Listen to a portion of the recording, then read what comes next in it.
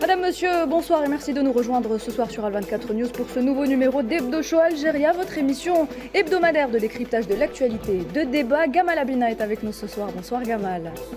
Il y a également Badis Nissa, comme d'habitude. Bonsoir Badis. Bonsoir Nouhad, bonsoir tout le monde. Est également autour de la table Faisal Mottawi. Bonsoir Faisal. Bonsoir Nouhad. Et puis il y a Mahdi Rezal. Bonsoir Mahdi. Bonsoir à toutes et à tous. Bonsoir Nouhad. Mesdames et messieurs, ce soir nous avons l'honneur d'accueillir avec nous deux invités, à commencer par monsieur Michel Bizac. Monsieur Michel Bizac, qui est donc, attendez 2 minutes, je vous le dis à l'instant, président de la Chambre de commerce algéro-française. C'est ce que nous disions tout à l'heure. Il y a également Nazim Sini. Bonsoir à vous, messieurs. Bonsoir et merci de m'accueillir ce soir. Bonsoir Nazim Sini. Qui est supporter de l'Olympique de Marseille. Et qui est expert surtout en économie, Nazim Sini.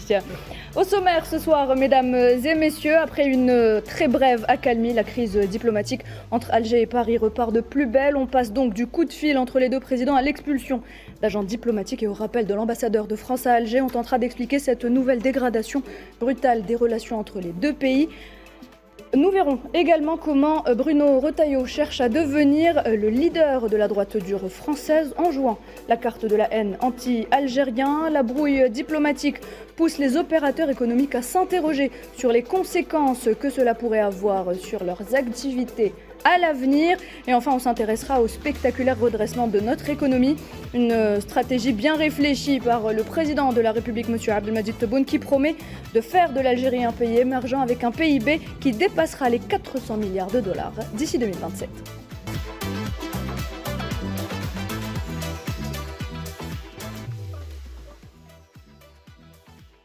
Alors voilà, messieurs, on commence donc avec cette crise diplomatique entre Alger et Paris qui est donc repartie de plus belle 15 jours à peine après une accalmie donc marquée par l'appel téléphonique entre les deux présidents, après également la visite à Alger du chef de la diplomatie française Jean-Noël Barrot, une tension qui a été ravivée par donc l'arrestation controversée d'un agent consulaire algérien à Paris. C'était le 8 avril dernier, sont suivis des expulsions en cascade des deux côtés.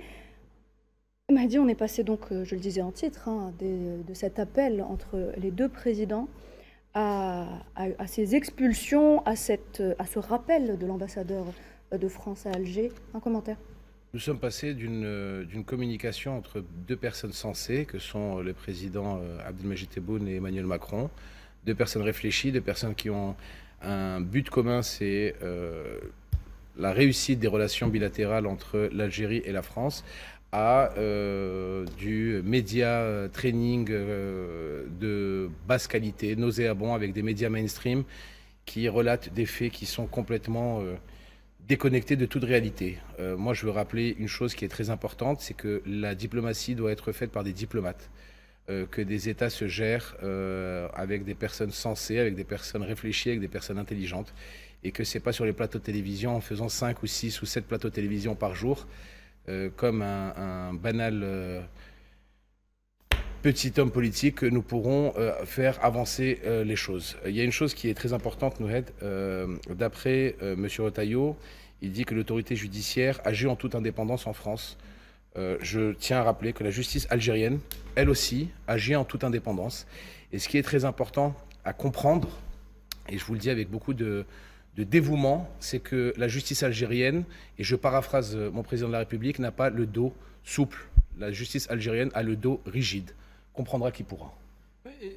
Pour aller dans votre sens, Mahdi, on évoque effectivement cette question de justice indépendante en France, et on fait pression sur l'Algérie pour libérer un écrivain qui a été poursuivi par la justice algérienne pour avoir tenu des propos qui exige la libération. On exige sa libération. Comment si la justice est indépendante en France, elle l'est aussi en Algérie.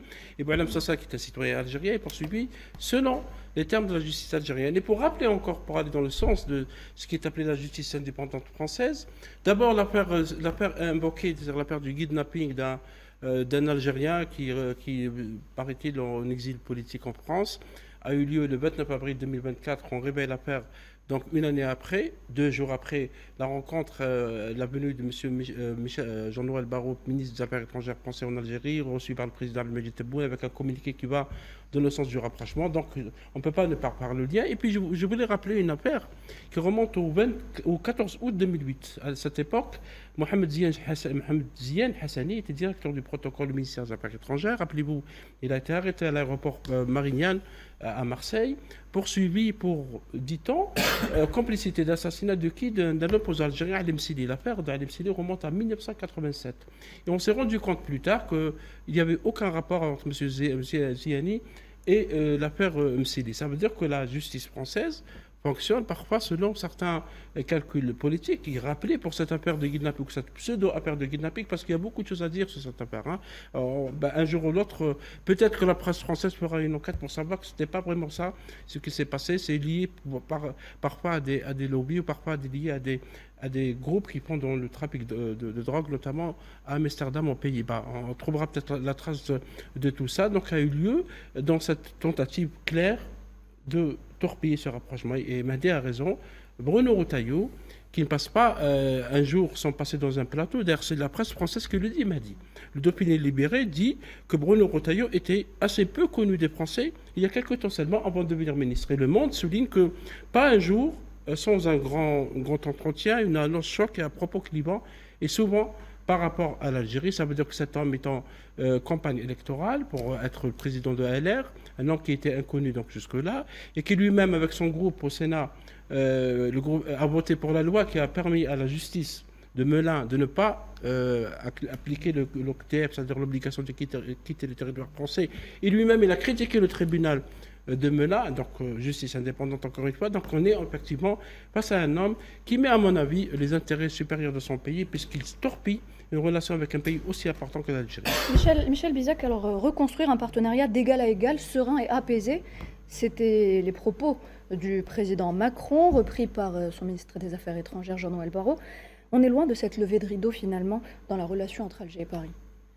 Oui, on en est loin, et ce que je pense qu'on n'arrive pas à comprendre en France, en tout cas dans la classe politique, une certaine classe politique, c'est les conséquences dramatiques que cela va avoir et que cela pourrait avoir sur l'économie. Puisque c'est évident, je pense que hier encore, je rappelais à quelqu'un ce qui s'était passé avec l'Espagne, où les bateaux avaient fait quand même demi-tour en route, alors qu'ils étaient en route pour venir dans les ports algériens. Et je me dis que si jamais l'Algérie décidait du même type de mesures, c'est 5 milliards qui partent en fumée immédiatement. 5 milliards, c'est 4,8 milliards exactement. C'est le montant des importations de la France vers l'Algérie. Donc vous avez à peu près 6 000 entreprises françaises qui aujourd'hui travaillent en France pour l'Algérie et avec l'Algérie. Et ces 6 000 entreprises se trouveraient en grande difficulté. C'est ce que je veux absolument marteler, parce qu'aujourd'hui, on est dans une situation assez critique. Jusqu'à il y a très peu de temps, j'avais beaucoup d'espoir. On est passé un petit peu par un ascenseur émotionnel fort, c'est-à-dire une dégradation, puis d'un seul coup et brutalement une embellie, et de nouveau une dégradation. On est bien d'accord, Michel, que l'embellie qui a été faite par des hommes qui se sont parlé au téléphone pendant plusieurs heures a été cassée par le ministre de l'Intérieur par rapport à ses déclarations tonitruantes et par rapport à sa provocation constante envers l'Algérie. Moi, je ne crois absolument pas au hasard du calendrier. Très bien. Donc voilà, je pense que vous en avez assez dit sur mon ministre de l'Intérieur. Je ne vais pas en rajouter, mais je ne crois pas au hasard du calendrier. Ça veut dire que quand vous dites ça, Michel, c'est que 4 jours après la venue de Jean-Noël Barrot à Alger, où on devait repartir sur de nouvelles bases, il y a eu... Non, 4 jours. 3 jours. 3 jours, oui. Voilà. Comme par hasard, une affaire qui date d'il y a plus d'un an, à ce qui paraît, a été ressortie du placard et mise sur la place publique pour casser justement l'élan de cette visite-là, de la visite de Jean-Noël Barrot. Et quelle affaire! C'est une affaire de pied nickelé quand même. Hein. Bon, qui est... On pense qu'il parle de pied nickelé en plus. Non, mais qui est Amir DZ? Voilà, est-ce que ça mérite tout ça? Est-ce qu'il est à la hauteur cet des enjeu conséquences que nous risquons d'endurer? Je ne crois pas. Est-ce que vos craintes vous exprimez aujourd'hui par rapport aux entreprises françaises, la possibilité de perdre 4,8 milliards d'euros? J'ai vu que vous avez fait une déclaration à l'agence AFP. Est-ce que cette crainte est écoutée à Paris? Est-ce qu'on vous écoute? Est-ce qu'on est sensible à vos déclarations? Écoutez, je l'espère. Je pense que maintenant, personne ne peut l'ignorer. Ce qui est c'est 4,8 milliards, c'est pour les entreprises françaises. Mais on oublie de dire que les entreprises algériennes vont avoir les mêmes difficultés. Tous ceux qui se fournissent aujourd'hui en France, il va falloir qu'ils cherchent de nouveaux fournisseurs. Alors certes, beaucoup de monde tape à la porte aujourd'hui. Vous avez les Italiens, vous avez les Allemands, vous avez les Espagnols qui sont de retour. Les Chinois, les Américains. Ne parlons pas des Chinois, des Turcs. Oui, Donc vous avez le monde entier qui frappe à la porte ici. Donc aujourd'hui, si nous perdons ce marché, ces fournisseurs, eh bien, ça sera très, très, très Mais difficile. quand vous avez lu le communiqué du CREA, est-ce qu'on peut faire passer le communiqué du CREA, quand vous avez lu le communiqué du CREA, qui est quand même quelque chose qui est sans équivoque? C'est terrible pour l'image de la France Oui. sur le bassin méditerranéen, en l'occurrence en Algérie. Les mots sont des mots choisis. Quand on décide de mettre un coup de pression à un groupe de transport logistique pour ne pas venir en Algérie, c'est très grave. Quand on mêle business et politique, c'est très grave. Et c'est ça le problème. C'est qu'on est en train, par rapport à un ministre bien précis et par rapport à l'extrême droite qui est en train de pousser de tout son corps, nous sommes en train de casser la relation bilatérale. Tout le problème est là, tout le malheur est là. Oui. Et vous avez fait, vous également, un autre communiqué. Oui, c'est ça. Je pense que vous l'avez également. La Chambre de commerce. La Chambre de commerce, voilà, c'est quelque chose qui est quand même assez affligeant. Alors c'est un communiqué qui appelle les acteurs économiques à unir leurs efforts sur la concrétisation d'investissements créateurs de valeur ajoutée dans un esprit d'intérêt réciproquement bénéfique à l'écart des tensions politiques actuelles, Monsieur Bisac. Oui, alors... pour revenir sur le communiqué du CREA, je voudrais vous signaler qu'on n'a jamais rompu la relation avec le CREA et avec son président Kamel Moula. Nous entretenons régulièrement, nous avons beaucoup travaillé sur le sujet. Vos communiqués se ressemblent énormément. Nos communiqués se ressemblent énormément. C'est-à-dire que vous êtes dans la même vision tous les deux. J'aurais une petite nuance. Je ne crois pas qu'un grand patron comme Rodolphe Saadé puisse se laisser influencer à ce point. Je pense que sa décision, je le connais, je l'ai eu à déjeuner à la Chambre de commerce quand il est venu en 2022, mais je ne crois pas qu'il soit homme à se faire influencer par la politique. Je pense simplement qu'il n'a pas voulu venir à une période où il savait que le mardi soir, où il devait être là, des mesures de rétorsion de la France allaient être prises avec le rappel pour consultation de l'ambassadeur et également le renvoi de 12 diplomates algériens. Je vais vous poser une question directe, M. Bissac. Est-ce que vous pensez que le ministre de l'Intérieur français, Bruno Retailleau, est en train de menacer les intérêts économiques de la France? Voilà, par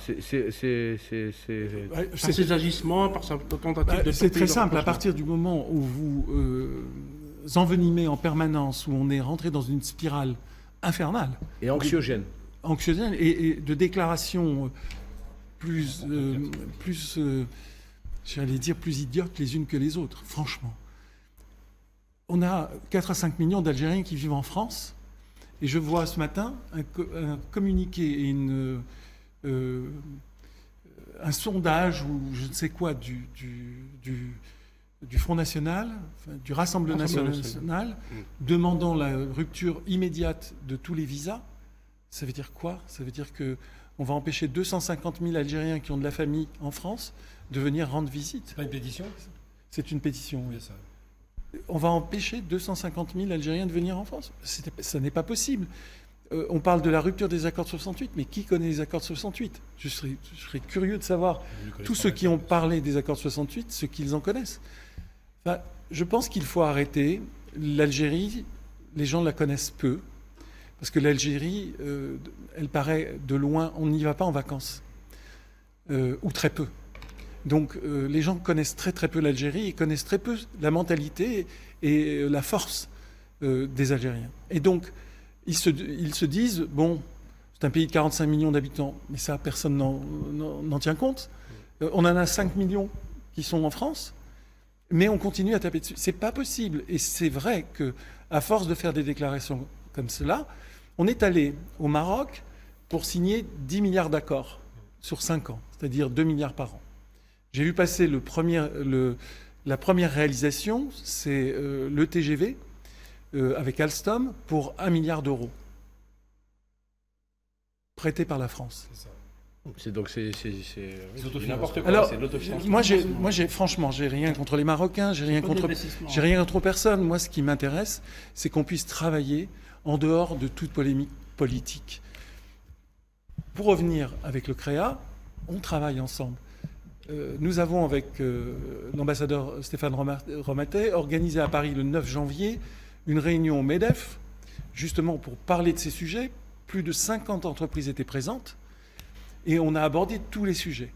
Moi, j'ai appelé à l'occasion de cette réunion les grands chefs d'entreprise. Je ne parle pas des directeurs qui sont sur place ou des correspondants sur place, je parle des directeurs, à venir, à écrire au MEDEF, à réclamer de nouveau, c'est ce que je réclame d'ailleurs à nouveau cette fois-ci dans le communiqué qui a été fait ces jours-ci, je demande aux entreprises françaises de se manifester et d'expliquer à nos politiques ce que représente l'économie entre la France et l'Algérie.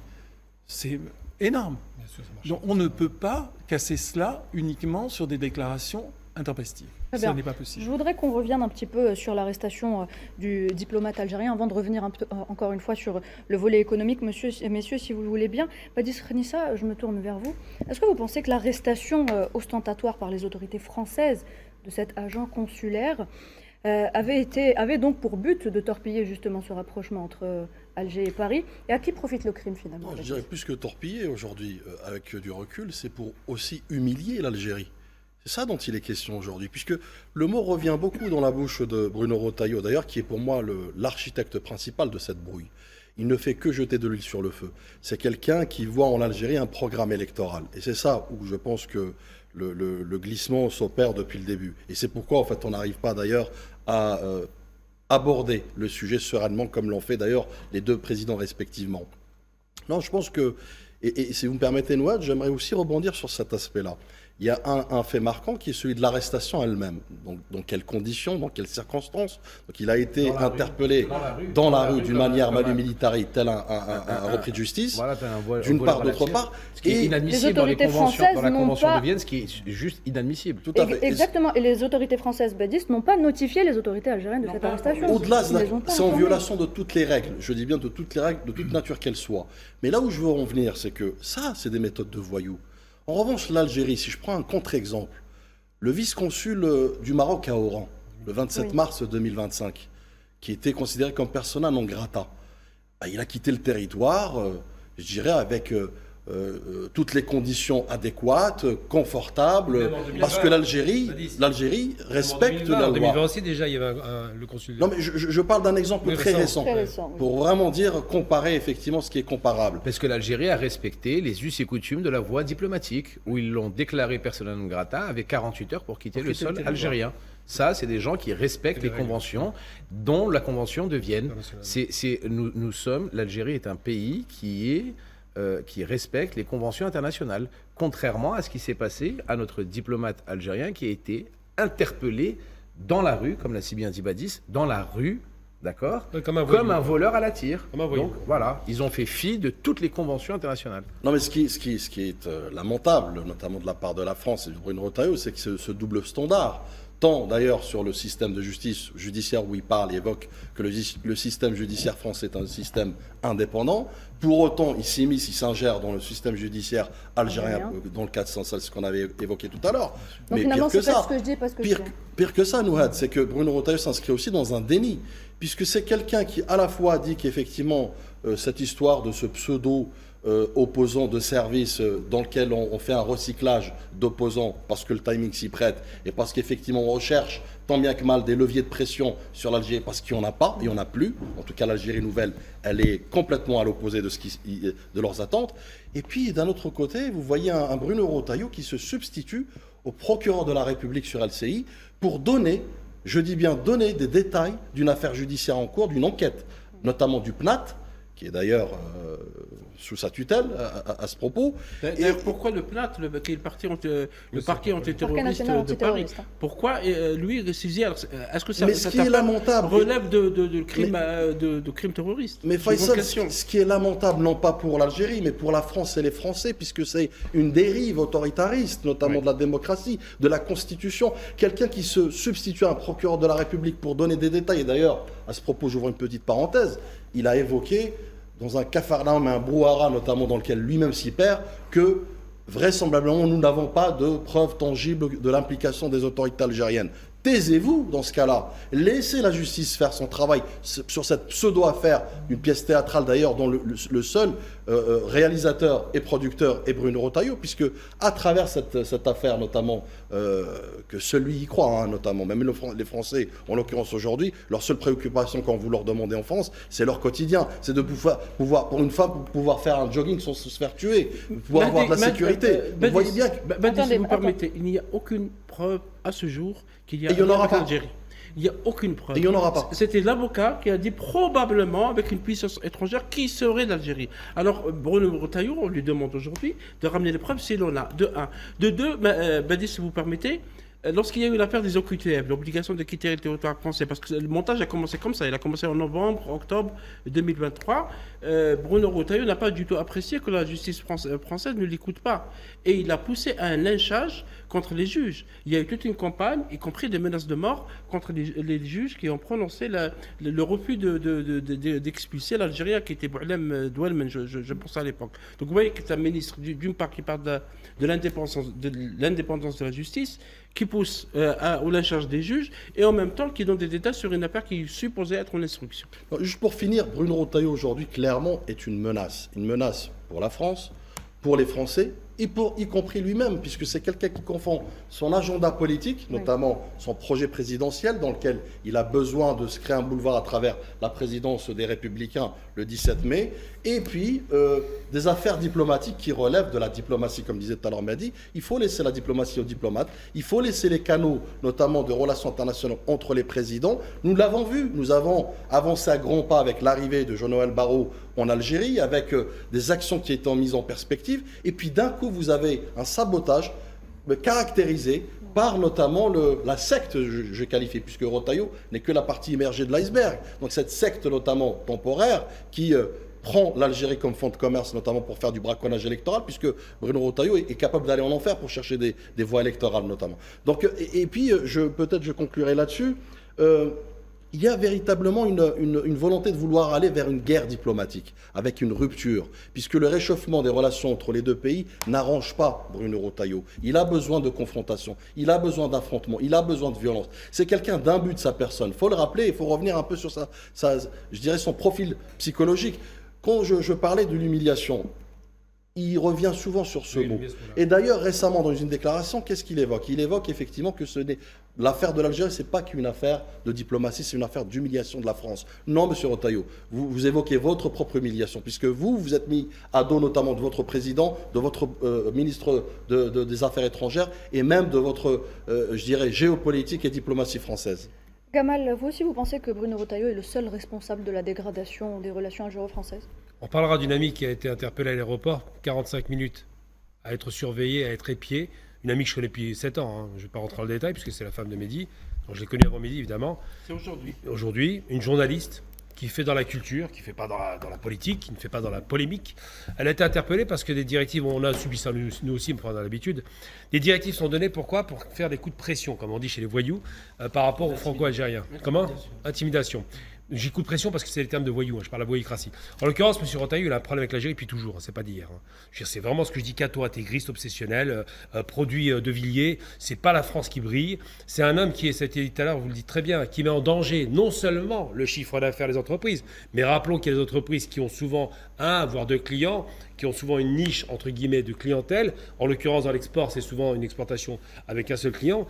Et on met en danger des salariés français. Il met en danger une population avec des familles. Il met en danger sa population. Parce que si l'Algérie perd les marchés, en l'occurrence, c'est 4,8 milliards, c'est pas rien, qui est en déclin d'ailleurs. Si la France, excusez-moi. Si la France perd ses marchés, Nous, l'Algérie, on n'a pas de problème. Je veux dire, des produits français, on peut les retrouver ailleurs, très bien faits en Turquie, et peut-être moins cher. C'est une question de marché de proximité. On est sur un marché de proximité logique, cohérent, à savoir deux pays qui doivent se parler, qui parlent la même langue, en plus que le français est connu ici. Et donc, qu'est-ce que fait M. Retailleau? Eh bien, il incendie, il provoque, il joue le voyou, parce qu'on parle beaucoup de voyoucratie, mais il est mal placé. Il parle souvent d'ailleurs de pied nickelé. Qui est le pied nickelé? Il a un président qui dit on renoue la relation, le lendemain il nous sort un vieux dossier poussiéreux. Et ce dossier qui sort de façon opportune, c'est bien, il n'y a pas de hasard calendrier. Monsieur Retailleau est quelqu'un qui pose problème à la France parce qu'il a des positions d'extrême droite qui sont assez évidentes, affirmées. Monsieur Retailleau est une problématique parce qu'il se fiche complètement du bien-être des entreprises françaises qui travaillent en Algérie. Et Monsieur Retailleau se veut une carrière à la Sarkozy, avec beaucoup moins de brio, parce que Sarkozy au moins tenait la route. Donc M. Retailleau doit être effectivement très rapidement mis hors d'état de nuire en tant que sinistre, j'allais dire, de l'intérieur. Très bien, merci Gamal. On va continuer à en parler dans quelques instants, messieurs, mesdames et messieurs. Restez avec nous.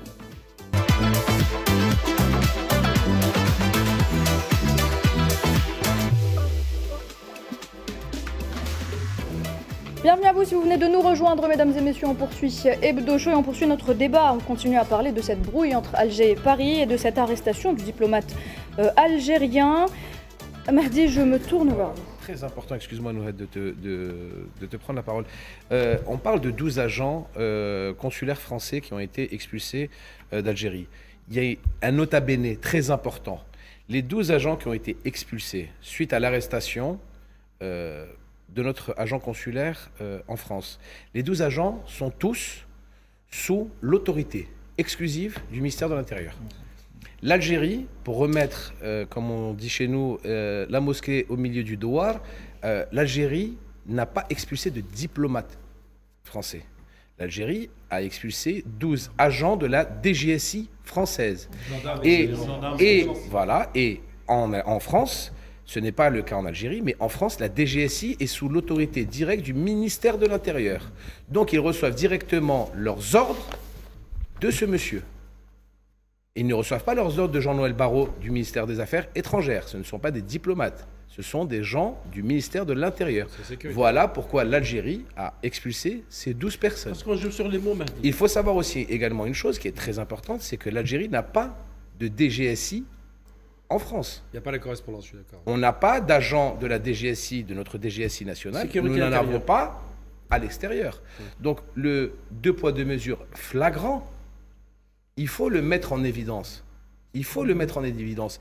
Jean-Noël Barrot a eu avec son homologue Ahmed Attaf un entretien très constructif où on arrivait à voir le bout du tunnel et justement des échanges prometteurs pour l'avenir. C'est le ministère de l'Intérieur qui a cassé cette spirale positive avec une histoire abracadabrantesque qui date de plus d'1 an. Tu me sors cette histoire 3 jours après la visite de Jean-Noël Barrot. C'est fait exprès. Comme l'a si bien dit Michel Bizac en début d'émission, on ne croit pas au hasard. On ne croit pas au hasard. C'est fait pour casser la spirale qui était lancée par les 2 présidents de la République. Mais le même Bruno Retailleau a déclaré dans un média, parce que vous savez, il passe chaque jour dans un média, surtout les médias de Bolloré, entre parenthèses, Mahdi, Bruno Retailleau est un proche de Vincent Bolloré. Bien évidemment, il a dîné avec lui il n'y a pas longtemps, il y a 3 jours. Il a fait la une du journal de dimanche, interviewé par 3 journalistes de Valeurs Actuelles, qui est l'un des porte-flambeaux, drapeaux de l'extrême droite française. Et en parenthèse aussi, Bruno Retailleau est quelqu'un qui est très proche d'Israël, puisque tout de suite après les attaques du 7 octobre, il est parti là-bas pour pleurer sur les victimes israéliennes. Et absolument, il n'a eu aucun mot à ce jour sur les 51 000 victimes du génocide sioniste à Gaza à ce jour. Bruno Retailleau a déclaré dans un média, Mahdi, qu'il va rencontrer les 12 agents que vous avez évoqués, donc ces agents qui travaillent avec lui, pour savoir ce qui s'est passé maintenant. Il faut noter que l'Algérie a pris cette mesure parce qu'elle avait demandé, dans un communiqué que nous avons lu, que vous avez vous-même lu, la libération immédiate de notre agent du consulat de Créteil, parce que les conventions internationales, conventions diplomatiques internationales, l'exigent. À ce jour, cette demande algérienne a été complètement ignorée, donc l'Algérie a été forcée de prendre cette décision, suivie par une mesure de réciprocité de la partie française. On peut rajouter une chose importante quand même, parce qu'il y a une chose extraordinaire en termes de droit. D'abord, effectivement, tout ce qui relève de l'antiterrorisme relève du ministère de l'Intérieur. Donc effectivement, il y a une directive qui a été donnée. Mais surtout là où c'est un coup de vis grossier, je parle de vis, parce que là on parle de cercle vertueux ou vicieux, c'est c'est qu'il a qualifié, c'est la qualification qui est importante quand on est poursuivi en justice, ça donne le là, ça dit vers quel type de tribunaux on va devoir répondre. Là, il a qualifié immédiatement, de façon malhabile, le fait qu'il y aurait eu, donc on est dans du conditionnel, son conditionnel chez lui, ça devient presque une certitude. Il y a beaucoup de conditionnels. Oui, mais c'est un conditionnel qui est masqué il y a un peu, chez lui, il y a beaucoup de vices aussi, parce qu'il vous dit, on ne sait pas, mais en même temps, c'est dans l'ambassade, c'est l'Algérie, c'est le consulat, enfin, il incite lourdement. Je vais dire simplement, quand on dit que c'est une action terroriste, d'abord rappelons ce que veut dire terroriste. Le terrorisme, c'est le régime de la terreur qui a été inventé en France en 1794. Le but, frapper les populations, leur faire peur pour obtenir un résultat politique. Là, est-ce que c'est un rapport avec ça? Est-ce que c'est une action au hasard qui a tué des civils? Est-ce qu'il y a eu un mort? Est-ce qu'il y a une action pour faire peur à la population française? En aucun cas. Donc rien que la qualification, et moi je serais heureux que les Algériens, les avocats fassent ce travail, disqualifient cette qualification. Au nom de quoi on peut parler d'une action antiterroriste, d'une action qui ressemble plus à une action de voyoucratie, où on embarque un type pendant 27 heures, qui est séquestré, qu'on relâche en parfait état. Selon sa version. Selon sa version, bien sûr. Pour l'instant, c'est une version. Et au nom de quoi un ministre de l'Intérieur, c'est là où c'est choquant. On est passé sur un truc incroyable. Séparation des pouvoirs, c'est d'abord, on se tait quand il y a une information judiciaire qui est lancée, quand elle commence. On ne sait pas si elle va aboutir. Et surtout, on ne commente pas une action judiciaire. Et surtout pas lui. S'il y a bien deux personnes qui ne doivent pas en parler, c'est la justice et l'intérieur. Donc là, il a outrepassé ses prérogatives, tout comme il outrepasse ses prérogatives par rapport aux relations internationales, puisqu'il n'a pas en parlé. Donc c'est dire simplement que M. Retailleau non seulement met en danger les sociétés françaises, les travailleurs français, mais en plus la relation entre deux grands États méditerranéens, je rappelle, c'est ce qui nous unit, la Méditerranée et l'histoire, simplement parce qu'il a un agenda politique qui est évident. Il veut être chef des LR, il veut être président de la République sans doute, et surtout parce qu'il veut satisfaire une lubie personnelle. Il ne faut pas oublier qu'il y a un dogmatisme obsessionnel chez lui. Je rappelle encore une fois que sa première parole, quand il a pris ses fonctions, c'est l'Algérie et les accords de 68. Ensuite, à chaque fois, il a ponctué, c'est soit un peu d'islam pour la décoration, un peu d'antisémitisme. Il a participé récemment, vous avez vu la magnifique rencontre à laquelle il a participé, où il y avait une débauche de haine anti-arabe et anti-musulmane. Il a participé à cette rencontre en tant que ministre de l'Intérieur. Donc on a un problème avec ce monsieur qui confond deux ordres, sa fonction d'État régalien, qui doit être respectable, et sa fonction à titre personnel d'ambition politique, qui n'a rien à voir avec cela. Très bien. Alors justement, vous me tendez la perche, Gamal Labina. Je vais poser une question à Nazim Sieni. Nazim, est-ce que vous pensez que Retailleau cherche aujourd'hui à devenir le leader de la droite dure française en jouant la carte de la haine anti-algérienne? Mais clairement, et puis vous le voyez, comme vous l'avez dit sur le plateau, je partage votre avis, c'est que ça répond à un agenda politique. Il ne faut pas perdre de vue que nous sommes à 700 jours précisément d'une élection présidentielle. 2 ans, c'est demain. Et surtout qu'on voit que Marine Le Pen, qui est la chef du RN, est potentiellement disqualifiée avec les poursuites judiciaires qu'elle traîne. Et donc là, il y a un boulevard qui s'ouvre pour le ministre de l'Intérieur. Et évidemment, il est en train de s'immiscer dans ce boulevard. Et vous l'avez dit, non seulement il est en train de torpiller une relation historique entre deux États qui sont essentiels pour pacifier la Méditerranée. Sans oublier aussi le nombre de ressortissants de notre communauté nationale qui est présent sur le territoire français. Au-delà des liens économiques, il y a des liens culturels, il y a des liens humains. Et donc, il fait fi de tous ces liens pour nourrir une ambition personnelle. Et c'est là où c'est le drame, et je rejoins ce qui a été dit aussi par mes collègues, c'est que le ministre aujourd'hui est en train de saboter littéralement la relation qui unit les deux États. Donc pour moi, il faut absolument que des décisions soient prises très rapidement, parce que c'est en train de s'envenimer et on ne peut pas laisser cette relation se détériorer à cause d'un homme qui a une ambition politique qui le dévore de l'intérieur. Très important aussi. Est-ce que vous ne pensez pas qu'il y a un moment où il faut qu'on arrête aussi? Bon, on vient de faire la quasi-totalité de l'émission sur Retailleau. Bon, on a compris. Je ne vais pas m'exprimer sur lui, mais vous l'avez très très bien fait et je ne vous désapprouve pas. Mais par contre, maintenant, ce qu'il faudrait, c'est qu'on retravaille ensemble sur la relation économique. Parce que nous avons trop de choses en commun, trop de travail ensemble, trop d'investissements réalisés pour laisser tout tomber aujourd'hui uniquement pour ce qui n'est en fait qu'un passage. Bon, une fois que M. Retailleau sera élu président des RR, s'il est élu, eh bien, une fois qu'il le sera, eh bien, nous verrons ce qui se passera aux élections présidentielles. Mais entre-temps, vous avez quand même un président de la République français qui cherche et qui travaille bien et qui a des relations avec M. Tebboune. Vous avez un ministère des Affaires étrangères qui ne cherche qui n'a qu'une politique jusqu'à maintenant de tendre la main. C'était la politique et c'était les instructions qui étaient données. On tend la main et on ne réagit pas. La réaction qui a été prise récemment, c'est simplement une réciprocité. il n'y a pas eu de surenchère. L'ambassadeur n'a pas été rappelé. Il a été rappelé pour consultation. Il est parti, il va revenir. Donc aujourd'hui, il faut qu'on arrête avec ça. Il faut qu'on arrête de tomber dans ce piège qui fait que cette spirale est infernale. Mais le piège est du fait d'un homme. Exactement. Le piège est du fait d'un homme. Oui, le piège, quand la police et la DGSI vont interpeller un agent consulaire sous passeport, avec un passeport de service en pleine rue, c'est une provocation pure. Mais nous avons expulsé, la France ne se résume l'Algérie, pas à un seul homme. D'accord, mais le Surtout problème, dans c'est que l'état politique de la France Michel, actuelle. je suis d'accord avec toi, mais si dans ce seul homme qui est ministre de l'Intérieur et également ministre des Affaires étrangères et aussi ministre de la Justice, parce qu'il donne des comptes rendus des affaires judiciaires, si ce seul homme dont tu parles fait 60% du job du gouvernement, eh ben à un moment, tu penses que c'est le problème. Moi, il faut savoir se dire les choses. Je pense sincèrement, Michel, que quand tu interpelles de cette façon un fonctionnaire d'un pays ami, que tu dis ami à l'étranger et que tu le mets en garde à vue, puis tu le mets sous mandat de dépôt, tel un voleur à la tire, par des agents de la police nationale et de la DGSI, il est évident comme réciprocité que les agents qui sont de la police nationale et de la DGSI sous couverture du ministère de l'Intérieur, ce qui est légal, hein, soient expulsés du pays dit ami. Je peux ajouter une chose importante pour compléter ce que vous dites. Là, je rejoindrai sur un point. C'est vrai qu'on a tendance à réagir à la provocation grossière de ce monsieur qui parle en plus d'humiliation, qui nous parle de l'humiliation d'Israël quand ils ont jeté ses policiers à terre. Là, c'est intéressant, parce que apparemment, il a une passion pour Israël qu'il n'a pas pour l'Algérie. Mais simplement pour dire une chose, là, je vous rejoindrai sur un point. Il faut le dire réellement de façon claire. Qui est ce monsieur Retailleau ? Il est personne. C'est un homme qui a dit à l'époque, il y a eu des belles pages écrites dans la barbarie coloniale. Bon, quand on a un homme qui dit ça, on a compris qu'il y en avait à faire. Je vais dire simplement, c'est pas un homme, parce qu'on dit la relation France-Algérie se dégrade. La relation Retailleau-Algérie se dégrade, il faut ramener toujours à Retailleau. Donc aujourd'hui, je pense qu'il faut... Bravo à toi. Bravo à toi. Mais moi, je veux le réduire. Ça, je suis d'accord. Et voilà. là, je partage ton avis, Gamal, et je partage l'avis de Michel sur ça. Il faut le réduire. Il ne Retailleau mérite pas plus d'audience que cela. Je pense que ces provocations permanentes doivent être répondues par la justice, en l'occurrence algérienne et française. Je pense qu'il faut dépasser cela, parce qu'effectivement, il y a des gens qui sont en danger. C'est important, je finis, c'est important. Moi, j'en ai ras-le-bol d'entendre parler de ce bonhomme. Il est petit par la taille, petit par l'ambition. Il parle d'un parti qui est en train de souffrir. Il espère surfer sur la chute de l'extrême droite pour monter. Monsieur Retailleau a un agenda personnel et c'est pas un agenda de la France.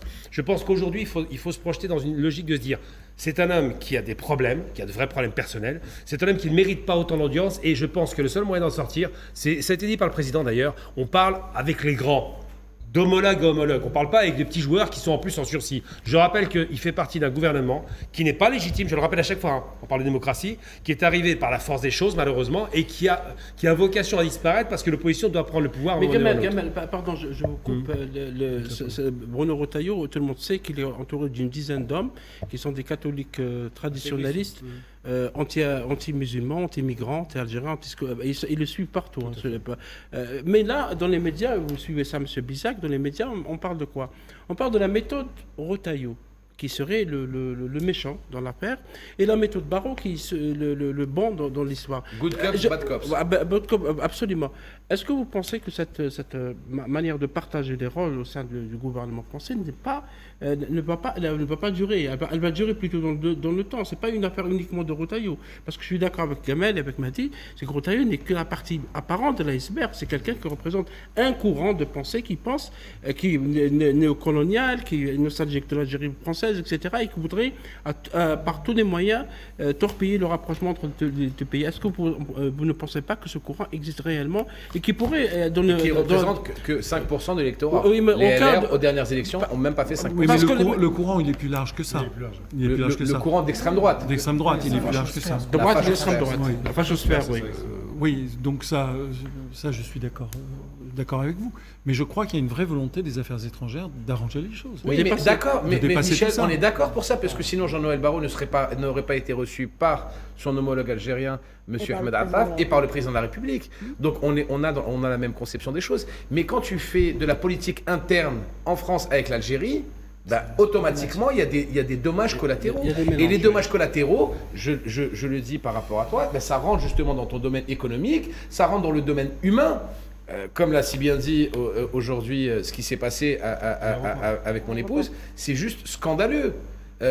On arrête de se voiler la face. Tu as un problème, qui est, on va dire, montré du doigt, qui est là pour torpiller les relations bilatérales algéro-françaises.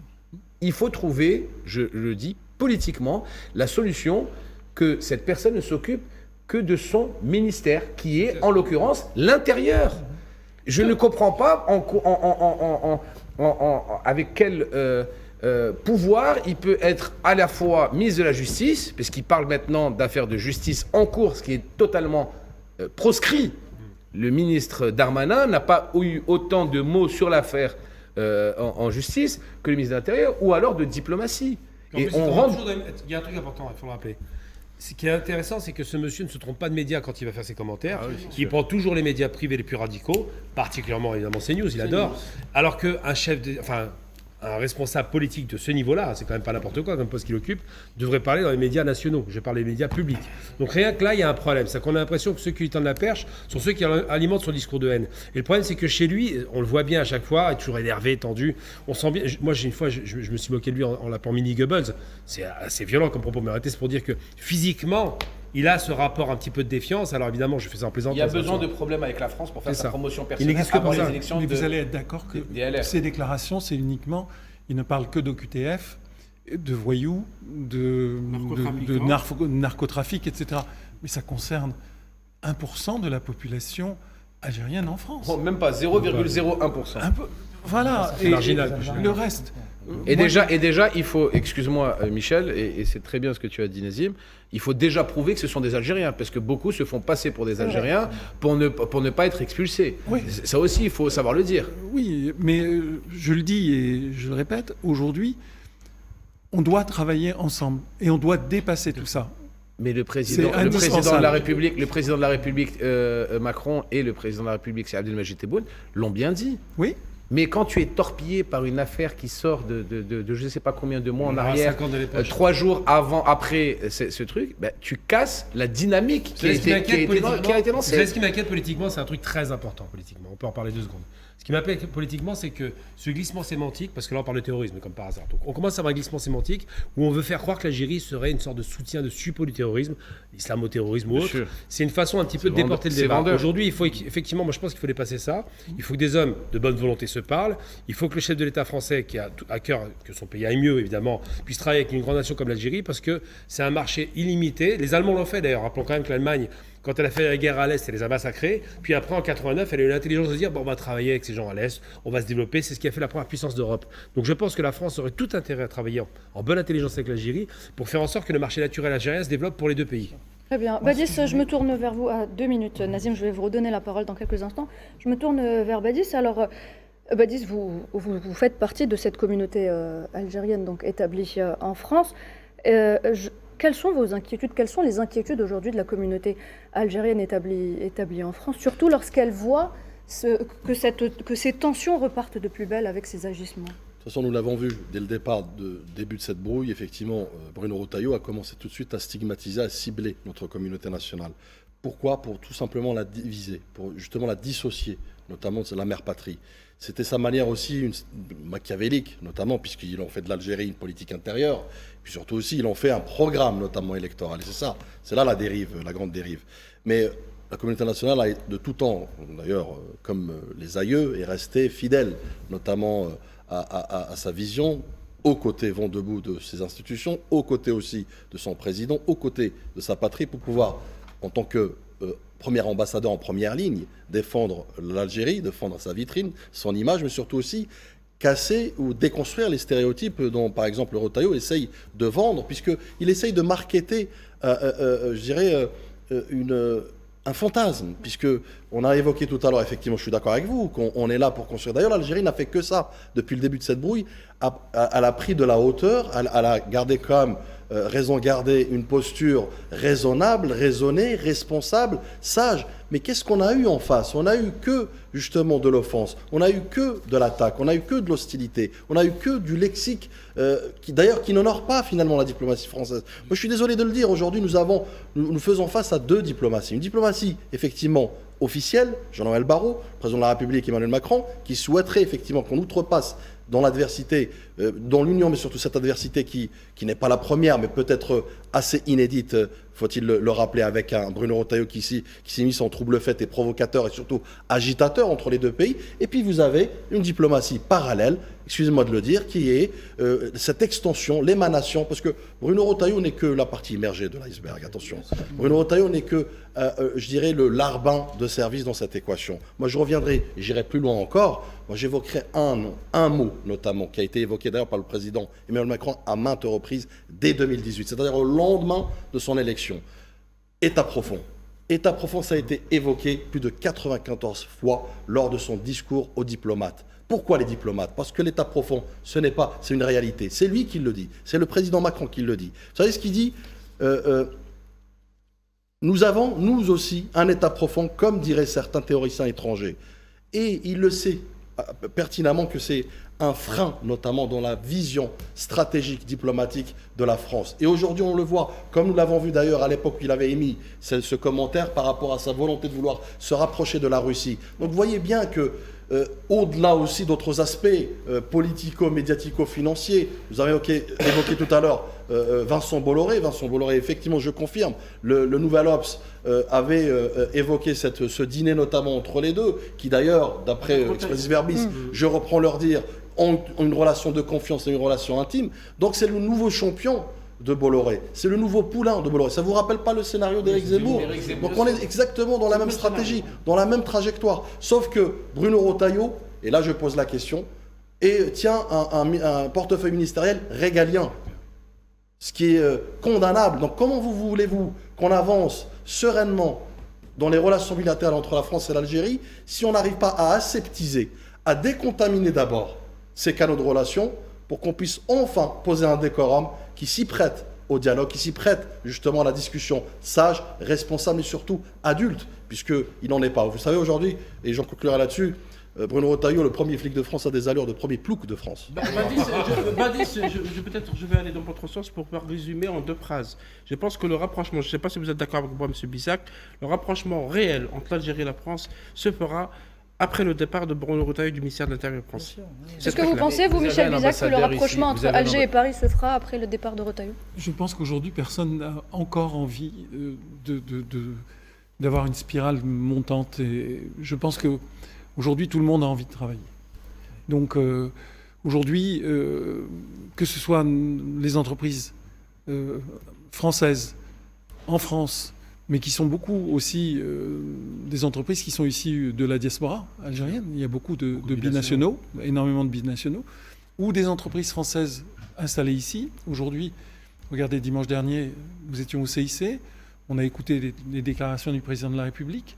On a plein de promesses quand même Des qui déclarations arrivent. fortes. Des déclarations très fortes. On nous enlève l'Algex. Ouh, enfin. Ça fait du Bon, bien. ça va faire du bien. Et j'espère surtout qu'on ne va pas nous la remplacer, que les organismes qui vont être mis en place sauront vraiment faire le travail correctement cette fois-ci. Mais donc, aujourd'hui, nous, on n'a qu'une envie, c'est continuons à travailler ensemble. Est-ce que vous vous rendez compte? On est dans un pays avec une énergie 7 fois moins chère, une main-d'œuvre à équivalence qui est à peu près 2 fois moins chère. 2 fois moins chère. L'ouverture, venir fabriquer ici, travailler ici, c'est s'ouvrir aussi l'entièreté du marché africain avec la ZLAF. Qu'est-ce qu'on attend pour venir travailler ici? On est, moi j'habite Nice, je suis à 1h20 d'avion, c'est tout près, on est à côté. Pourquoi on ne peut pas continuer à faire des choses comme ça et uniquement se baser sur la politique? On doit continuer à travailler ensemble. Et j'espère qu'on ne tombera pas dans un piège sans fin qui viendra couper. J'espère qu'une chose, franchement, c'est qu'on n'en arrivera pas à ce qui s'est passé avec l'Espagne, avec une coupure. Parce que l'Espagne, ce n'était pas les mêmes montants, ce n'était pas les mêmes volumes.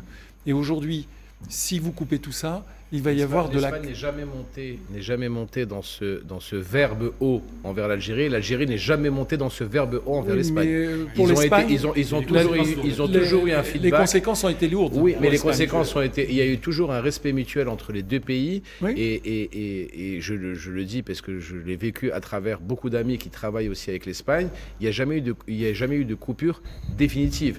Le problème, c'est qu'aucun membre du gouvernement espagnol n'a attaqué frontalement l'Algérie. Respect, Et il y a toujours eu ce respect entre deux grands États. Mais le problème, et je le dis, et je l'ai dit, et je le redis, je l'ai dit la semaine dernière, et je le redis aujourd'hui pour ceux qui ne l'ont pas entendu, quand un clown rentre dans un château, ce n'est pas le clown qui devient prince, c'est le château qui devient un cirque. Et ça, c'est important de le comprendre. C'est ça qui est important de le comprendre. Parce qu'on n'arrive pas à comprendre qu'on donne autant d'importance à une personne qui est en train de détruire les relations bilatérales. Moi, je voulais juste rebondir en 30 secondes. Vous savez, aujourd'hui, la France et les relations franco-algériennes sont otages d'un corpus idéologique porté par une certaine classe politique. Et effectivement, le ministre de l'Intérieur en est que l'épouvantail. Donc ça va beaucoup plus loin que ça. Et c'est pour ça que, regardez aussi, M. Bizac, pourquoi les plateaux de télé français, on ne voit pas d'autres personnalités qui viennent justement apporter, désavouer les propos du ministre de l'Intérieur, se désolidariser des propos du ministre de l'Intérieur. Ça aussi, on n'a pas suffisamment de paroles qui viennent contre-argumenter et qui viennent justement apporter leur soutien à cette... Il y a un tout à fait. sur la liberté d'expression. Exactement. La liberté d'expression. Tout à fait. Et moi, je l'ai dit déjà sur le plateau dont je faisais partie à l'époque, c'est une liberté d'expression à géométrie variable. Tout dépend de quel côté tu es. Quand j'ai défendu Guillaume Meurice, qui était un humoriste sur France Inter, qui a été renvoyé au prud'homme, qui a été licencié par la direction de France Inter parce qu'il s'est moqué de Benyamin Netanyahou, quand je l'ai défendu, on m'en a mis plein la gueule. Et ça, c'est de la liberté d'expression. Je suis désolé. Quand je dis que on est Charlie pour les personnes qui veulent être Charlie, mais quand on fait des caricatures sur le prophète, alayhi salatu salam, que ça, c'est de la liberté d'expression, je suis désolé, c'est de la liberté d'expression à géométrie variable. Et c'est ça, toute la dramaturgie qui se passe actuellement. C'est que vous avez des médias mainstream qui vous disent: voilà ce que tu dois dire, ce qui est bien. Si tu ne dis pas ça, tu ne passes plus chez nous. Combien de binationaux ne sont plus invités sur les plateaux des médias mainstream parce qu'ils ne vont pas dans le sens du vent qu'ils veulent apporter. Et Michel, tu es un habitant de Nice, mais tu regardes énormément les télévisions, les chaînes d'information continue. Tu sais très bien que c'est une réalité croissante. Je suis désolé. Moi, je n'ai jamais reçu un coup de téléphone sur ce plateau en me disant: non, tu dis ça, non, tu dis pas ça. On me dit: tu es sur un plateau, on est en direct, on n'est pas en différé, et on n'est pas en rediffusion, c'est du direct. Donc, on me parle de liberté d'expression. Il n'y a pas de problème. Mais liberté d'expression pour tout le monde et pour tous. Très bien, Mahdi. Monsieur Michel Bizac, je vais vous donner un dernier mot. Je vais vous donner le dernier mot. Le dernier mot, j'ai fait appel aux chambres de commerce, puisque nous sommes chambre de commerce en France, de façon à nous faire remonter toutes les entreprises qui sont dans l'angoisse aujourd'hui. De l'angoisse tout simplement de voir, parce que quand vous avez des grosses entreprises, elles ont le temps, elles ont la résilience, elles ont tout ce qu'il faut. Mais pour des PME, quand vous avez une commande Ils ont la trésorerie. Ouais, ils ont la trésorerie. Et quand vous avez une commande de 300 000 euros qui doit arriver, si c'est bloqué, etc., vous ne pouvez pas. J'ai eu au téléphone il y a peu une entreprise qui est à Sophia Antipolis, à côté de Nice, donc 40% de son chiffre d'affaires, c'est une entreprise de 200 employés, 40% de son chiffre d'affaires est fait avec l'Algérie. Si l'Algérie bloque, l'entreprise meurt. Et ça, c'est un exemple parmi certainement des centaines d'autres. Voilà, donc aujourd'hui, stop, travaillons ensemble. On a tout pour s'entendre. On me pose la question, on me dit: mais tu vis en Algérie? Je dis: oui, je vis en Algérie. Et alors, c'est pas trop dur? 19 ans. Magnifique. Et on me dit: c'est pas trop dur de vivre en Algérie? Non, c'est pas dur de vivre en Algérie. On n'a jamais été aussi bien reçus qu'en ce moment. Et on nous dit: les pauvres, ça doit être dur pour vous. Oui, c'est dur pour nous en ce moment, mais c'est pas dur par la population. Dans mes équipes, il n'y en a pas un seul qui m'a dit des choses désagréables. On parle tous des mêmes choses, mais jamais de manière désagréable. Donc il faut qu'on continue et qu'on soit résilient. Je vous avoue que quand la semaine dernière, mardi dernier, il y a eu toutes ces annonces, j'étais catastrophé. J'ai dit: c'est fini, quoi. On parlait tout à l'heure d'ascenseur émotionnel, j'étais KO. Et puis j'ai dit: c'est pas possible, on ne lâche pas, on continue. Mais Bravo à c'est vous. optimiste. Bravo à vous. Optimiste. Il faut moi, je suis toujours sûr être que ça va optimiste. s'arranger. Ça ne peut pas faire autrement que ça. Monsieur Bizac, il faut saluer la sagesse et la rationalité des décisions algériennes, parce que je peux vous assurer que s'ils devaient réagir avec la même véhémence qu'a réagi la France, on serait allé vers la rupture. Très bien. Donc moi, je salue parfaitement. Il y a une sorte de sagesse côté algérien qu'il faut vraiment souligner. Et messieurs, on va continuer à en parler dans quelques instants. On va donc parler, mesdames et messieurs, du redressement de notre économie. Vous restez avec nous.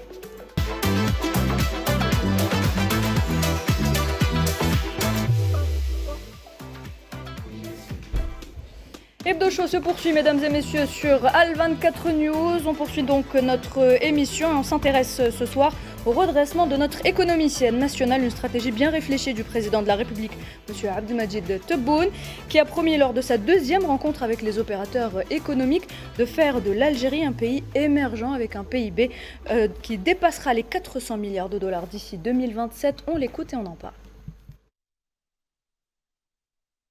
أنتم تعلمون التزامنا أن في سنة آخر 27 أقصاها آخر 27 ندخل في تعداد الدول الناشئة pays émergents 2027 إن شاء الله.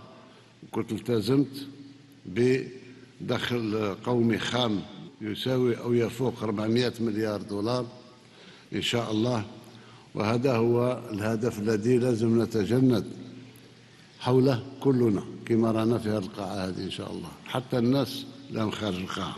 كذلك فرصة لتقييم ما هو إيجابي وتصحيح ما هو سلبي في السنوات هذول اللي مضوا.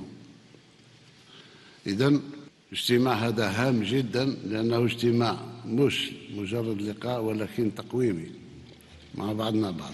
الهبة اللي طالبها منكم واللي شاكر لكم المجهودات اللي خلتنا اليوم نوصل إلى ما يقارب 6-7%، يعني سنصل إن شاء الله إلى ما نصبوا إليه نسبة 12-13% من الناتج الخام الوطني يكون من الصناعة. مناصب الشغل اللي خلقناها في هذه السنوات ما يقارب 700,000 منصب شغل. اليوم بعض الدول ما وراء البحر تتمنى هذه الأرقام. نهار كانوا ما ينتقدوا فينا ولكن ما عندهمش أرقامنا. لما نتكلم على نمو نتاع الداخل نتاع الناتج الخام lorsque on arrive à un taux de croissance de 4,1. أعطوني كلكم كما راكم هنا وكل مطالعين، أعطوني في البحر الأبيض المتوسط نفس النسبة، ما كانش. Le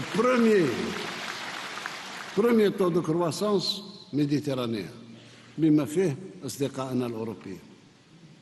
معناه الجزائر ماشية. اللي يبغي ينتقد خليه ينتقد، اللي يشوف اللي خلقه ربي يشوف كل شيء كحل، يشوف كل شيء كحل، الله يسهل عليه. اليوم بعض الدول حتى بالنسبة للآفاق تاعنا تاع 2025 قلنا نكونوا في ان تو دو كرواسونس كي تورن اوتور دو 4 ان شاء الله. وربما بكم بالتسريع في فتح المصانع هذه اللي لكم تنزلوا فيها الى اخره ممكن تكون مفاجاه نكونوا اكثر من 4. شوف اليوم بعض الدول الاوروبيه راها خطه باش تكون 1%، 0.9% الى اخره. اليوم عندنا بالنسبه للاستثمار في البلاد يعني مش باش نتشفى في أي واحد، ولكن أرقامنا ما تشبه حتى أرقام. والبنك العالمي ما يغلطش، وهما مداري منين يطيح علينا يطيح مليح، صندوق النقد الدولي منين يلقى فرصة يعطينا. اليوم كاع راهم معترفين بالتنمية الجزائرية بما فيه المؤسسات المالية الإفريقية العربية إلى غيرها. وتشوفوا اليوم الكلاسمون تاع الجزائر نسبة التنمية الفلاحية خطوات تاع معجزة. Voilà, c'était donc Monsieur le Président de la République, Monsieur Abdelmajid Tebboune, lors de la seconde rencontre avec les opérateurs économiques, Kamal. J'ai envie de dire quel dommage, parce que quand on voit un tel discours, une telle croissance, c'est pas mal, hein, c'est une croissance qui ferait rougir pas mal d'Européens. On se rend compte qu'effectivement, tout ça, ça s'est dégradé, la relation franco-algérienne, parce que il faut rappeler quand même un petit peu la genèse, un diplomate qui a été interpellé de façon très cavalière, hein, d'ailleurs très, très violente, par les services français, des GSI, des GSE, sous commandement de M. Rotaillot, et qu'on le veuille ou non, effectivement, je suis un petit peu redondant, mais quoi qu'il en soit, effectivement, c'est une façon de casser une relation qui était saine, qui s'améliorait, avec une volonté des deux présidents, casser une relation économique qui était bonne, qui devait croître, avec des opérateurs économiques nombreux, 6 000, on peut le dire, qu'il y a 6 000 opérateurs français et franco-algériens qui évoluent en Algérie, avec une possibilité de croissance qui bénéficierait aussi à la France. Et ça, malheureusement, c'est cassé parce que quelques agendas politiques d'un homme de droite qui prétend défendre en plus des valeurs soi-disant travail, hein, ça fait rigoler, cet homme de droite casse la relation volontairement. Je pense qu'il faut que les autorités françaises reprennent vraiment les choses en main. Je crois et j'espère croire en la parole de M. Macron, qui a envie, effectivement, on sent bien, de créer ce lien, de son ministre des Affaires étrangères qui est venu à Alger, mais c'est pas pour rien, faire en sorte que cette relation soit retissée et faire en sorte qu'il tienne un petit peu à distance, M. Rotaillot. Très bien, merci Gamal Abina. Je pense que le message est passé. Hein. On revient donc à l'économie avec vous, Nazim Chini. L'économie algérienne affiche aujourd'hui des indices positifs selon la Banque mondiale et le FMI. Tout à fait, c'est vraiment admirable parce que quand vous voyez que dans le bassin méditerranéen et même en zone MENA, la véritable locomotive économique, c'est l'Algérie avec des agrégats économiques, macroéconomiques qui sont très satisfaisants, des réserves de change qui se sont reconstituées, un taux d'inflation qui est passé sous la barre officiellement des 7%, avec un taux de croissance qui est au-dessus des 4%. Et le président a bien fait de le rappeler. Si vous prenez la cartographie des pays de la région, aucun pays n'a pu enregistrer une telle croissance économique. Donc c'est une performance à saluer et qui puise sa source dans les réformes qui ont été entamées depuis 2020. Et vous savez, parfois on a tendance à être un peu amnésique, mais on oublie qu'on a vécu peut-être l'une des pires pandémies du XXIe siècle. Et à ce jour, jusqu'à là en 2025, vous avez encore des pays qui ont du mal à reconstituer des chaînes de valeur, qui ont du mal à réindustrialiser leur pays. Et l'Algérie a réussi à se relever de ce choc exogène qui a paralysé l'économie mondiale. Donc vous voyez que le président de la République est un homme de dossier, surtout sur le volet économique. Il maîtrise parfaitement les dossiers techniques, sectoriels, qu'il suit personnellement. Et cette rencontre-là montre aussi qu'il est très attaché au dialogue social avec le patronat. Pourquoi ? Parce qu'il a compris qu'aujourd'hui, la force de ce pays, la force de l'économie algérienne, repose entre les mains des acteurs publics, mais aussi privés. C'est très important. Par le passé, on a eu le sentiment que les opérateurs privés étaient marginalisés. Ce n'est plus le cas avec le président Abdelmajid Tebboune.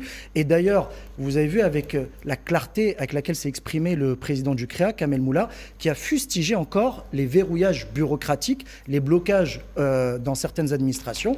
Et il y a un véritable engagement des autorités des pouvoirs publics pour consolider les réformes et puis entamer ce que j'appellerais moi les réformes de deuxième génération, celles qui vont permettre de moderniser le système financier, celles qui vont permettre de fluidifier le marché du travail, de libéraliser le commerce extérieur, pourquoi pas discuter aussi de notre politique de change, de permettre aussi de réorienter les investissements vers des investissements productifs, celle qui permettra aussi de continuellement à améliorer le climat des affaires pour renforcer l'attractivité de l'Algérie.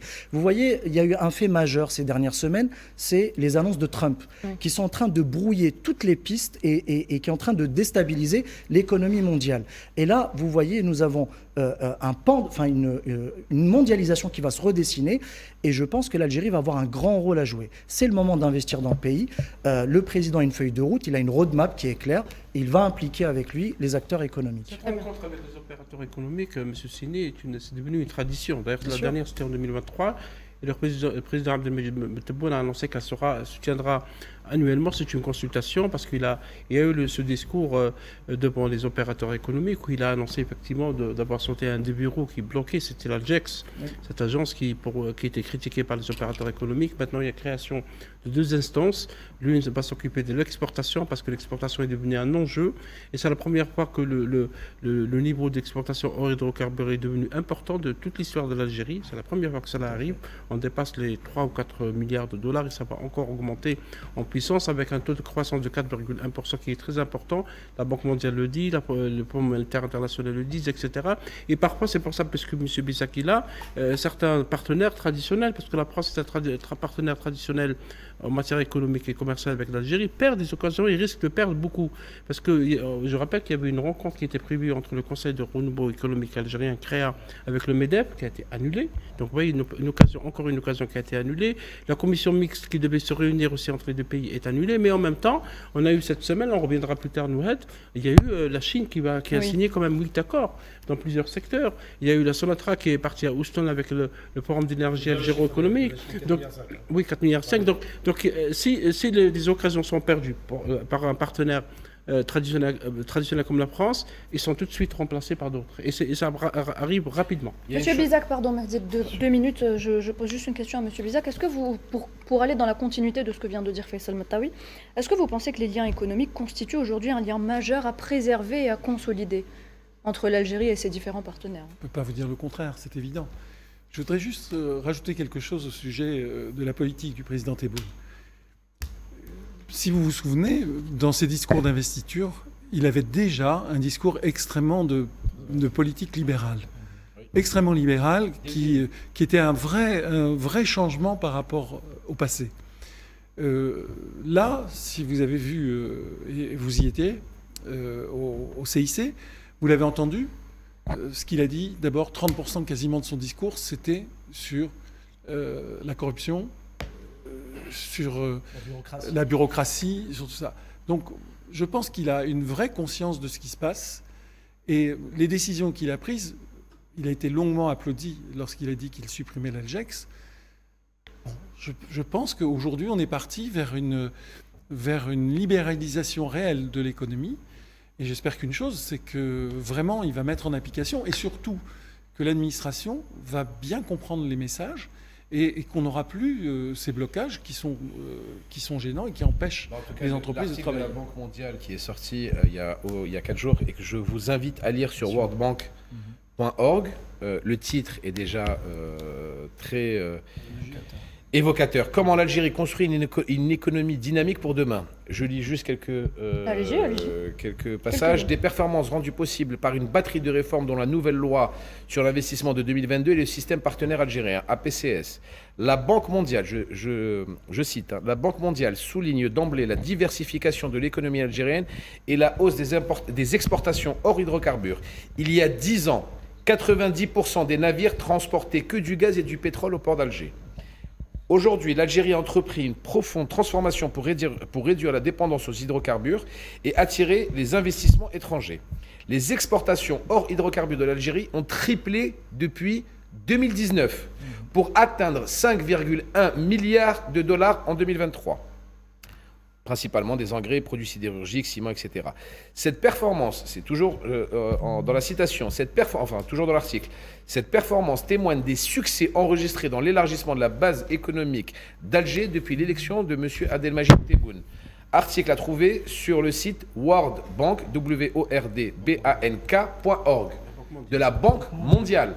Donc, excusez-moi, les chiffres sont là. La politique qu'il a menée, la politique où il a dit on arrête les importations à outrance pour tout et n'importe quoi et on commence à faire du local, l'autosatisfaction alimentaire, l'autosatisfaction énergétique, l'autosatisfaction financière, voilà ce que ça donne 5 ans et demi après son élection. Donc on a une vision du chef de l'État par rapport à ça et ce qui est important, mais moi après je rabâche beaucoup. Peut-être que Bruno Retailleau a voulu nous humilier, mais excusez-nous, personne ne peut humilier l'Algérie. L'Algérie est indépendante et souveraine financièrement, militairement, énergétiquement, alimentairement et surtout, message à passer à M. Retailleau, politiquement.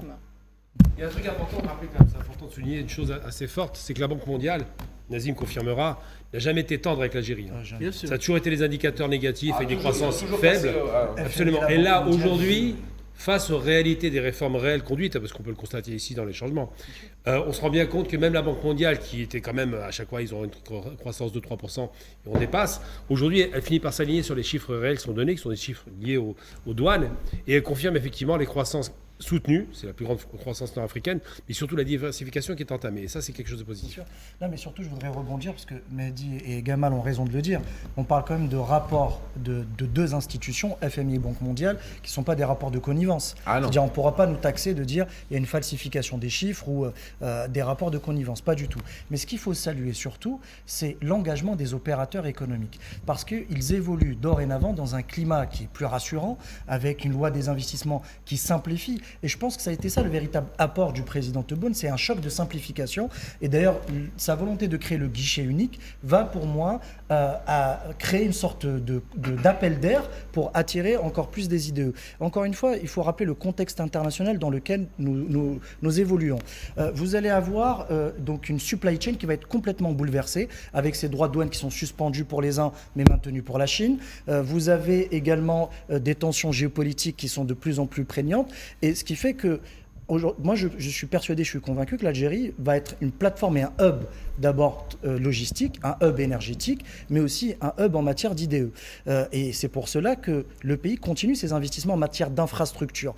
Juste pour vous donner un chiffre, il y a un rapport de la Banque africaine de développement qui disait qu'un tiers des routes goudronnées en Afrique se situent en Algérie, en Afrique du Sud. Et ça, vous voyez, c'est un acquis. Vous savez que la route, c'est la première infrastructure pour le transport de marchandises. Et la ZLECAf, puisque M. Bizac en parlait tout à l'heure, va être un catalyseur de cette richesse. Et surtout, c'est à travers les réformes algériennes, je pense que notre économie, le développement de l'économie algérienne va rejaillir sur l'ensemble de la région. Et le ferry, 15 000 km d'ici la fin de la décennie. Voilà, tout ça, c'est une vision économique. En tout Tout cas, ça, ce qu'on peut constater, parce que on avance à marche forcée. Alors des fois, c'est pas très bien compris. Mais moi, je vois l'exemple de la pharmacie. Quand on a annoncé qu'on ne voulait plus de médicaments importés, qu'on voulait que du générique. Tout le monde s'est regardé. Mais regardez maintenant, c'est la plus belle réussite qui soit. Bien sûr, bien sûr, bien sûr. Mais ça, il a fallu, Michel, une volonté politique. Parce qu'à l'époque, combien de milliards, bien sûr, mais combien de milliards d'euros sortaient des caisses de la Banque d'Algérie pour de l'importation de médicaments, pour du Doliprane, pour du paracétamol, pour des médicaments que nous pouvons faire nous-mêmes avec nos compatriotes.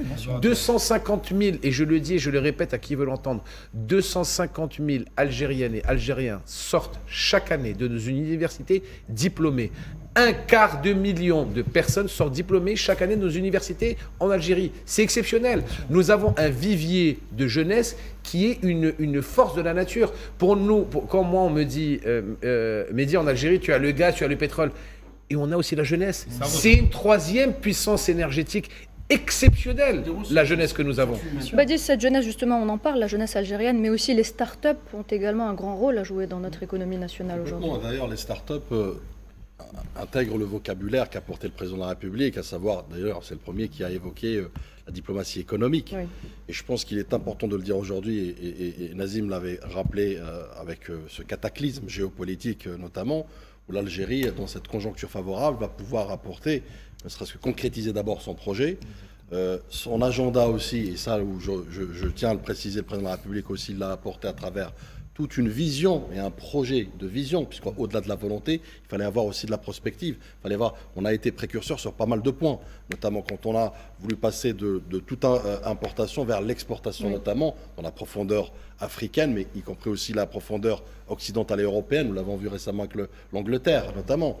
Donc on voit bien qu'il y a une dynamique favorable, accélérée, effectivement, mais quand vous l'avez évoqué à marche forcée, oui, parce qu'il faut aussi revenir un peu à l'état que le président de la République, quand il a récupéré l'économie algérienne, où on parlait effectivement de la théorisation de la diversification économique. Aujourd'hui, nous vivons la diversification économique, énergétique et autres.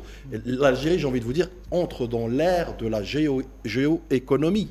Il y a un agenda géoéconomique aujourd'hui, je parle sous ton contrôle, Nazim, dans lequel le président de la République s'inscrit en produisant plus, mais surtout aussi en produisant avec des produits qui sont aux normes, qui plus est internationales, qui sont donc aptes et habilités à être exportés vers l'étranger. Donc vous voyez bien qu'il y a, au-delà aussi de l'aspect juridique, vous l'avez évoqué tout à l'heure, le président de la République a voulu d'abord assainir auditer, agir ensuite à travers une feuille de route pragmatique. Rappelons-le, la loi d'investissement par exemple, les facilitations pour les IDE notamment, 49-51, le renforcement justement du cadre juridique pour encourager et rendre l'Algérie beaucoup plus attractive, notamment en matière d'IDE, nous l'avons vu, il y a eu un appel d'air, vous l'avez évoqué tout à l'heure, effectivement, tout le monde maintenant se bouscule, notamment il se presse au potillant pour justement essayer d'apporter un win-win, encore une fois, puisque l'Algérie aussi a un prisme à travers le président de la République et sa vision, c'est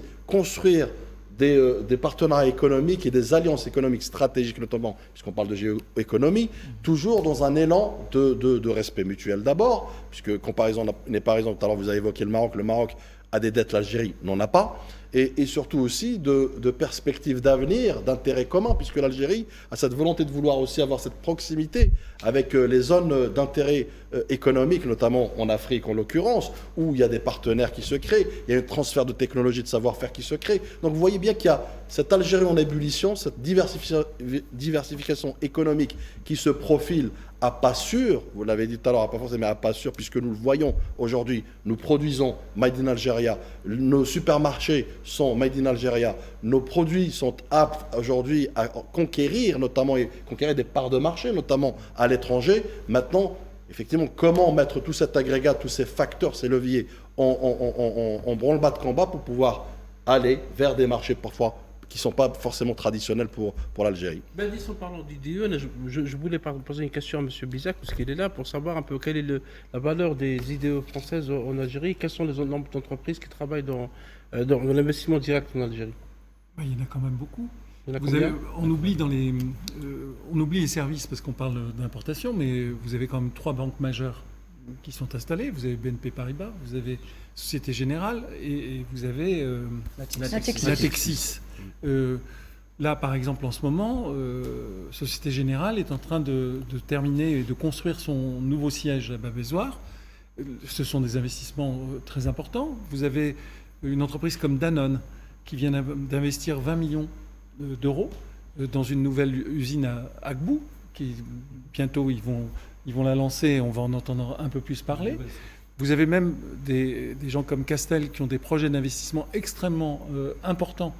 On ne va pas en parler, mais voilà. Et donc, vous avez encore beaucoup d'entreprises françaises qui investissent. Quel est le montant exact? Je ne l'ai pas, je vais vous dire une bêtise. J'ai peur de parler devant un économiste. Donc, à ce niveau-là, je ne vais pas vous le dire, parce que je ne le sais pas. Mais vous avez énormément d'entreprises qui, aujourd'hui, continuent d'investir. Parce qu'à un moment donné, on reprochait aux entreprises françaises, notamment aux frilosité d'abord, il y a 5 ou 6 ans auparavant, et on disait souvent que les entreprises françaises faisaient plutôt du commerce, venaient vendre des produits, ils n'investissaient pas. Est-ce que ce paradigme a changé? Est-ce que maintenant, il y a une volonté réelle des entreprises françaises? Il y a une volonté, et le rôle de notre Chambre de commerce a été aussi d'expliquer aux entreprises et aux entrepreneurs que les paradigmes en Algérie avaient changé, et qu'aujourd'hui, si vous voulez faire de l'import de produits pour la revente en l'état, vous allez avoir tous les blocages possibles et imaginables. Et que donc, il vaut mieux que vous veniez ici, trouver un bon partenaire, vous installer ici et fabriquer ici, parce que vous avez tout ce dont vous avez besoin. Les Turcs l'ont bien compris. Regardez ce qu'ils ont fait, l'usine La Syrie qui a été montée. L'usine du textile, ils sont pas venus pour rien, ils sont venus parce que l'énergie est 7 fois moins chère qu'ailleurs. Il y a plusieurs éléments d'ailleurs, l'énergie qui est pas chère déjà, on commence par le début, une surface industrielle disponible, des compétences au rendez-vous, ça a été dit tout à l'heure, 250 000 étudiants qui arrivent sur le marché de l'emploi, des avantages comparatifs considérables, salaire bas, énergie basse, des charges salariales et patronales. Il y a la légères, proximité avec les marchés européens aussi. La proximité avec les marchés européens. Et la proximité, mais il y a une chose essentielle à mon sens, c'est quoi? C'est qu'aujourd'hui, il faut vraiment que la France pense en termes, non pas on vend des produits aux Algériens, mais on fait un partenariat sérieux dans l'investissement, non pas immatériel. Moi, le service me pose problème. On n'a pas besoin d'avoir du service à outrance. L'investissement productif, vous l'avez dit tout à l'heure pour Danone, c'est une bonne nouvelle. Il faut multiplier ce genre de zones d'investissement productif, de telle sorte que l'Algérie et les Français, évidemment, bénéficient de cette création de richesse. Tout à fait. Moi, je voulais juste rebondir, Anouad, si vous me permettez, c'est qu'il faut être dans une logique de coproduction. Et c'est ça que recherche l'Algérie. L'Algérie n'a plus besoin d'être vue comme un marché ou un déversoir de produits européens, mais plutôt comme un partenaire fiable avec lequel on peut coproduire ensemble pour réexporter après vers l'Afrique subsaharienne, vers des pays du bassin méditerranéen. Et surtout, ce qui est important de rappeler, c'est que l'Algérie a retrouvé sa compétitivité. Parce que très longtemps, c'est ce qui a été reproché au pays. Mais là, aujourd'hui, avec les réformes qui sont entamées et les fruits de ces réformes, puisqu'on a des indicateurs palpables, tangibles, je pense que c'est le moment d'investir dans le pays. Vous avez donc un climat des affaires qui s'améliore continuellement. Je vous ai dit, il reste encore, évidemment, certains challenges et certains défis, mais qui vont être relevés haut la main. Pourquoi ? Parce que du moment que vous avez une vision, une feuille de route, et avec des KPI qui sont placés au bon endroit, donc des indicateurs clés de performance, vous pouvez atteindre ces 400 milliards de dollars de PIB d'ici 2027, qui vous ferait rentrer inéluctablement parmi les puissances émergentes au niveau mondial. Très bien, merci monsieur. Allez-y, le oui, dernier mot. Juste pour dire, c'est pour ça qu'il ne faut pas qu'on continue dans cette escalade. Aujourd'hui, si vous parlez à des entrepreneurs français, ils vont vous dire on se calme. Sur l'Algérie, on se calme. Pourquoi ? Parce que les entreprises qui sont installées ici, elles ont des états-majors. Ces états-majors ne connaissent pas l'Algérie. Ils connaissent l'Algérie à travers leurs dirigeants qui sont ici. Mais s'ils ont des choix mondiaux d'investissement, quand on a une relation aussi compliquée ces derniers temps, des choix risquent d'être faits pour aller ailleurs. Oui, Monsieur Isaac, les investissements en Algérie sont sécurisés. Je n'ai vu aujourd'hui aucune entreprise française être spoliée. Ou être... Non, et puis elles ne partent pas. Hein. Voilà, vous avez remarqué que les entreprises françaises... On est à 500 entreprises implantées, je parle sous votre contrôle, et on n'a aucune qui a déménagé. Non, elles n'ont pas déménagé. Non. Merci monsieur. Qu'il croit au projet Algérie et que l'Algérie est un pays émergent, est un pays et le phare de l'Afrique. Si on n'était pas pollué par la politique, je peux vous dire l'Algérie est un pays de cocagne. Quand ça marche, ça marche. Oui. Il y a peu de concurrence finalement. Je vois même dans notre métier et tout ça, on a peu de concurrence. On travaille bien avec l'Algérie. Et on est français. Les Algériens adorent les produits français, aiment la France, malgré tout ce qu'on dit. Nous, on les aime de moins en moins à cause de la politique, mais eux, ils nous aiment. Donc on n'a pas de souci. Venir travailler en Algérie, c'est un bonheur. Moi, je pense justement, messieurs, on va continuer à parler économie dans quelques instants. Les grands partenariats économiques que tisse l'Algérie avec ce partenaire chinois et américain, Nariman Zekar nous rejoint dans quelques instants pour en parler.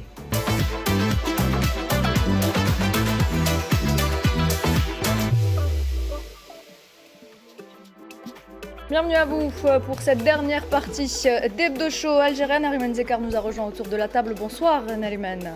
Bonsoir Nouhed, bonsoir à vous tous messieurs. Alors Nariman, très bonne semaine économique pour l'Algérie, une actu florissante qui met en lumière la place de l'Algérie dans l'économie mondiale. Alors oui, tout à fait. Nouhed, c'est le moins qu'on puisse dire. Cette semaine, l'Algérie a procédé à la signature de pas moins d'une trentaine d'accords économiques avec divers pays. On peut citer la Chine, les États-Unis, l'Allemagne ou encore l'Éthiopie. Et ça en dit long, en fait, sur la place du pays sur l'échiquier international, que ce soit sur le volet économique comme sur le volet géopolitique. On en déduit tout simplement que, contrairement à ce que certaines parties essayent de faire croire, l'Algérie reste un pays qui est tout de même fortement sollicité par les grandes puissances mondiales dans divers secteurs. On rappelle à titre d'exemple que cette semaine, vu qu'on est obligé de parler de ce qui s'est passé cette semaine, durant le Forum économique algéro-chinois, 7 accords d'un montant de plus de 2,5 milliards de dollars ont été signés du secteur agricole, en passant par la fabrication de véhicules et par les infrastructures ferroviaires. Il y a aussi l'Agence algérienne de promotion des investissements qui a 42 projets d'investissement inscrits qui totalisent plus de 4,5 milliards de dollars. Voilà, je pense que vous l'aurez compris. On peut le dire, la Chine représente un partenaire stratégique de premier plan pour l'Algérie, tout comme l'Algérie représente un partenaire stratégique de premier plan pour la Chine. Et toutes ces collaborations viennent donc démontrer la diversification économique du pays, bien sûr au-delà du secteur des hydrocarbures et de l'énergie. C'est pas fini. Côté US, cette semaine, le groupe Sonatrach a signé dans le cadre du Forum algéro-américain de l'énergie qui s'est tenu à Houston, dans le Texas, 2 mémorandums d'entente avec le géant américain Occidental Petroleum dans le but d'élargir la coopération dans le domaine stratégique des hydrocarbures. Il convient aussi de rappeler, messieurs, et Madame que Sonatrach et Occidental Petroleum collaboraient déjà activement dans l'exploitation du périmètre contractuel de Berkine dans le cadre d'un contrat qui était signé en juillet 2022. Et cette nouvelle étape témoigne aujourd'hui de la solidité et de la confiance mutuelle qui caractérise ce partenariat stratégique entre Alger et Washington. D'ailleurs, l'ambassade d'Algérie à Washington, qui est aussi l'ancien ministre des Affaires étrangères, Sabri Boukhadoum, a signé un article économique à ce sujet sur le site Real Clear Energy, où il a mis en avant les efforts de l'Algérie pour attirer les investissements étrangers, notamment en Amérique du Nord, en Asie et en Europe, faisant du pays un hub énergétique, mais surtout un fournisseur fiable en période de stress énergétique mondial. Nazim Sini, est-ce qu'on peut dire que l'Algérie est en bonne voie pour devenir un leader de la production énergétique dans le monde ? Totalement, et puis surtout, ça fait partie de notre ADN, la pétrochimie, l'exploration, l'exploitation des hydrocarbures. Nous avons des réserves de gaz parmi les 7 premières... Enfin, nous sommes classés 7e mondial en matière de réserves de gaz. D'ailleurs, c'est important de le rappeler parce qu'on parle souvent du pétrole en Algérie, mais pas suffisamment du gaz.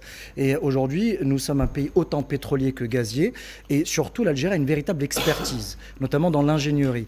Et les accords qui ont été signés récemment prouvent encore une fois l'attractivité de l'Algérie et son rôle immense qu'elle va devoir jouer dans cet échiquier énergétique qui a été totalement bouleversé. Il y a un chambardement depuis la guerre russo-ukrainienne, et ce qui fait que notre pays rassure d'abord les investisseurs étrangers, rassure les partenaires également qui sont dans le domaine énergétique, et surtout il y a de véritables synergies, puisque l'Algérie est aussi un corridor pour fournir d'autres pays voisins. Je pense notamment à l'Afrique subsaharienne, je pense aussi à l'Europe qui s'est totalement coupée du gaz russe. Et vous savez, aujourd'hui, la reprise industrielle a besoin de s'alimenter en énergie. Et donc, c'est pour ça que l'Algérie, aujourd'hui, est sollicitée, vous l'avez dit, par les États-Unis, par l'Italie, par l'Allemagne, et dans différents domaines. Et surtout, j'aimerais, si vous me permettez, revenir sur le partenariat avec la Chine. Il n'est pas exclusivement fait dans des domaines, dans le secteur primaire agricole ou dans le secteur secondaire comme le BTP, mais également dans des secteurs névralgiques comme celui des data centers. Si on peut citer juste le nom de l'entreprise, c'est Huawei, qui a signé un mémorandum avec Algérie Télécom et qui va construire des data centers en Algérie. Donc, pour vous dire qu'aujourd'hui, notre pays s'inscrit aussi dans un projet de transformation numérique qui va propulser notre pays d'ici, je l'espère, la fin de la décennie, comme étant la deuxième ou pourquoi pas la première économie d'Afrique. Et on sait également, Nazim Sini, que le pays travaille aussi activement, vous en parliez tout à l'heure, à la diversification de son économie en signant des accords avec divers pays. Et c'est un message aussi qu'Alger veut faire passer en démontrant finalement que nul n'est indispensable, n'est-ce pas, Abdis Renissa ? Tout à fait. Surtout que l'Algérie donne un message très clair aussi, de dire que nous avons le droit de sélectionner, d'établir, de construire, de structurer nos partenariats et nos alliances en fonction justement de nos besoins, de notre vision, de notre stratégie, quand il s'agit par exemple de transfert de savoir-faire, de technologie, comme tu l'as dit tout à l'heure, Nazim. Donc l'Algérie est au diapason aujourd'hui, notamment de tout ce qui est stratégie énergétique. Elle a su le démontrer aussi en tant qu'acteur fiable lors de la guerre en Ukraine et notamment l'approvisionnement en gaz. Elle a su être, malgré parfois des brouilles diplomatiques, notamment avec l'Espagne, elle a su être justement un allié fiable en approvisionnement énergétique. Donc, et puis l'Algérie aussi a des potentialités.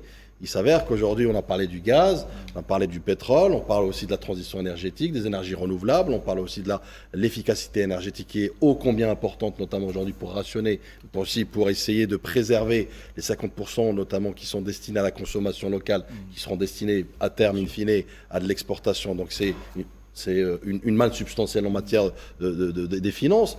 Puis vous avez aussi une vision, c'est ce que j'ai qualifié tout à l'heure, de diplomatie économique que le président de la République, cher au président de la République, et qui souhaite aujourd'hui incarner, illustrer à travers des cadres et des contextes propices, des cadres juridiques. Vous avez parlé tout à l'heure de l'attractivité, notamment en matière de destination de l'Algérie comme destination d'IDE. Vous avez évoqué plusieurs milliards qui sont signés. Mais au-delà de ça, je pense que l'Algérie s'inscrit aussi dans une alliance stratégique, géostratégique, sur l'énergie en l'occurrence, mais sur d'autres aspects, notamment, comme on disait tout à l'heure, sur d'autres secteurs sur lesquels l'Algérie, les start-up en l'occurrence, d'autres secteurs méconnus, sur lesquels l'Algérie, ou le président de la République en tout cas, souhaite prendre une vitesse de croisière. M. Sablan Moukadam, dans son écrit, parlait d'un avenir énergétique sûr. Et c'est vrai que l'Algérie est derrière l'Union européenne, qui est en train de renégocier l'accord d'association avec l'Algérie. Et je pense qu'il y a un forum d'investissement européen qui va avoir lieu la semaine prochaine, parce que l'Europe reste quand même un partenaire important sur le plan commercial et économique pour l'Algérie. Et toujours les partenaires européens ont toujours considéré l'Algérie comme un partenaire important dans la sécurité énergétique. Et puisque Nalima parlait d'une bonne semaine pour l'Algérie, oui, il y a une bonne semaine, parce qu'il y a une diversification d'actions diplomatiques et économiques également. Il y a eu l'élection d'Algérie au Conseil de sécurité et de paix de l'Union africaine pour un mandat de 3 ans, qui était quand même une instance importante. Il y a eu la visite du ministre des Affaires étrangères de l'Égypte, puisqu'il y a une concertation avec ce grand pays qui est l'Égypte. Avant lui, il y avait le ministre des Affaires étrangères de l'Iran. Il y a eu la visite de M. Magramen, qui est le secrétaire général du ministère des Affaires étrangères, qui est parti en Slovaquie, parce que la Slovaquie, il se trouve que c'est un partenaire important en Europe. Il y a une délégation du Parlement colombien qui est venue en Algérie.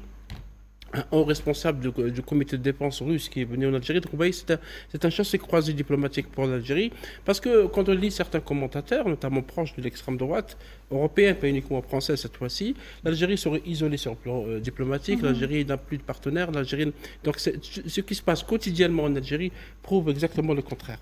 Justement, pour rebondir sur ce que vous êtes en train de dire, Faisal Mataoui, Michel Bizac, est-ce qu'on peut considérer, selon vous, que l'Algérie est un poids géopolitique et stratégique important dans le monde en ce moment? C'est le moins qu'on puisse dire. En tout cas, je vous entends dire que vous avez passé une bonne semaine. Moi, j'en ai passé une très mauvaise. Donc, fallait être algérien. Voilà. Mais c'est sûr que l'Algérie pèse et continuera à peser énormément sur l'économie, et notamment, pas seulement sur l'économie régionale, mais sur l'économie mondiale, c'est évident. Regardez, les Américains, ils viennent ici, c'est pas pour rien, c'est sûr qu'ils vont directement sur Hassim Messaoud, mais ils viennent pour investir, et ils investissent lourdement ici. Mais vous pensez justement que c'est parce que l'Algérie rassure justement ses investisseurs? Je pense que en ce qui concerne tout ce qui est énergie, il n'y a pas réellement de problème les gens sont rassurés, puisque l'énergie, c'est stratégique pour tout le monde, et donc c'est obligatoire. Et donc on ne peut pas avoir... je pense que les relations avec Total Energy sont toujours aussi bonnes. Je pense que même Engie, même s'il y a eu un petit peu de brouille, je pense que la brouille va s'arranger. Enfin, voilà, on ne rigole pas avec le gaz, avec le pétrole, avec l'énergie. Est-ce que vous ne sentez pas, justement, lorsque vous parlez de partenaires, Nalima parlait d'une bonne semaine, ce qui est vrai, c'est une bonne semaine. Est-ce que la France ne se sent pas bousculée en Algérie par les autres partenaires? Parce que les autres partenaires, ils sont là, et il n'y a pas d'antécédents politiques, il n'y a pas d'attaque contre l'Algérie, etc. C'est une question directe. Hein. Mais oui, mais directement, je réponds. Bien sûr qu'on est bousculé, mais on n'est pas bousculé par l'économie. On sait faire. On est bousculé par la politique. C'est une contrainte, la politique. C'est une contrainte. C'est une contrainte. Donc c'est pas l'économie, on a du savoir-faire en France, on a plein de choses. On peut apporter du savoir-faire, on peut construire ici. Il y a prenez moi j'ai toujours cet exemple en agroalimentaire, le groupe Avril. En 2016, ils ont ouvert l'usine, ils avaient un produit adoré par les Algériens, la mayonnaise évidemment. Donc ils ont construit leur usine, ils ont pris un partenaire algérien à 51,49 je crois à l'époque. Et donc, aujourd'hui, ils produisent ici et ils distribuent très très bien leurs produits ici.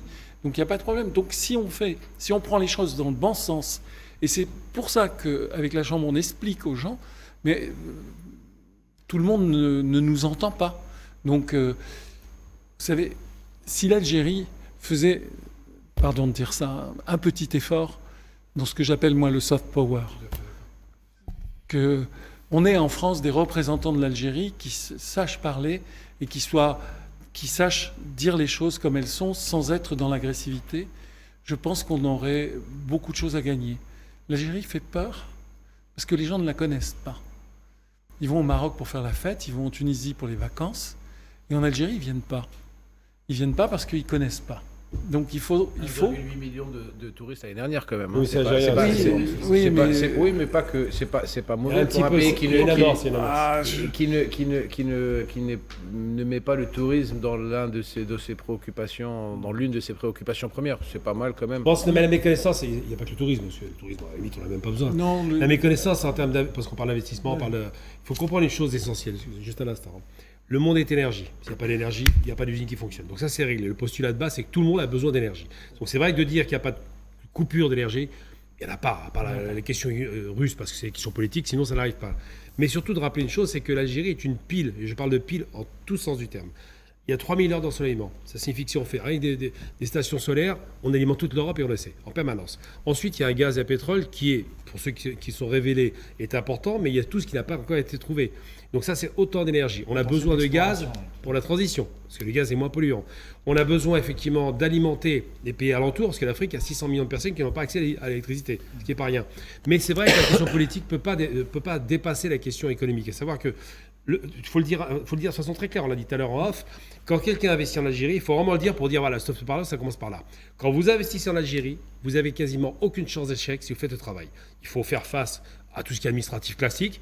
Vous dépassez ça, votre investissement non seulement fonctionne, est rentable et vous permet de vous enrichir. Donc je pense que le fait... On est d'accord. Donc je pense que n'importe quel chef d'entreprise qui a un petit peu de savoir-faire et qui parle le français en l'occurrence, déjà parle le français, s'il s'installe en Algérie, il est comme un poisson de l'eau, 19 ans en Algérie, aucun problème, ça vous dit les choses.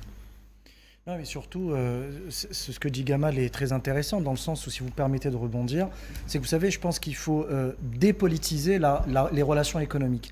Et ça, M. Bizek, je pense que ce discours-là, il ne faut pas l'avoir en Algérie, il faut l'avoir en France. Je pense que ce discours-là, il faut le tenir avec le côté français, pas côté algérien, parce que jusqu'à présent, l'Algérie a toujours ouvert ses bras à tout investisseur qui souhaite créer de la valeur ajoutée, créer des emplois, créer de la richesse. Il n'y a aucune difficulté pour le rapatriement des dividendes du moment que vous faites les choses dans les règles, correctement. Il n'y a aucune difficulté dans les relations commerciales du moment que vous avez balisé le terrain d'un point de vue juridique et administratif. Donc c'est pour ça, et je pense que vous avez raison, il y a un travail à faire pour démystifier. Je ne parlerai pas de parce que vous avez parlé de peur, pour moi c'est un terme assez fort, mais il faut démystifier la destination Algérie. Et ça passe par effectivement un travail de soft power, mais que font déjà nos représentations diplomatiques, qui font un travail formidable, mais qui est toujours saboté par des déclarations politiques malheureuses. Outrancières. Voilà, outrancières. Et encore une fois, n'oubliez pas, vous qui êtes là depuis 19 ans, vous savez très bien que ce qui compte pour nous, c'est la relation humaine. Et on ne peut pas construire des relations économiques sans construire la relation humaine d'abord. Et en Algérie, on ne peut pas avoir des discours aussi outranciers, aussi, j'allais dire, insultants, sans que ça n'ait de conséquences sur les relations économiques. Donc, vous avez raison qu'il faut dépassionner le débat, dépolitiser la relation économique, mais ça doit, je pense que l'effort, il est surtout de l'autre côté, pas ici.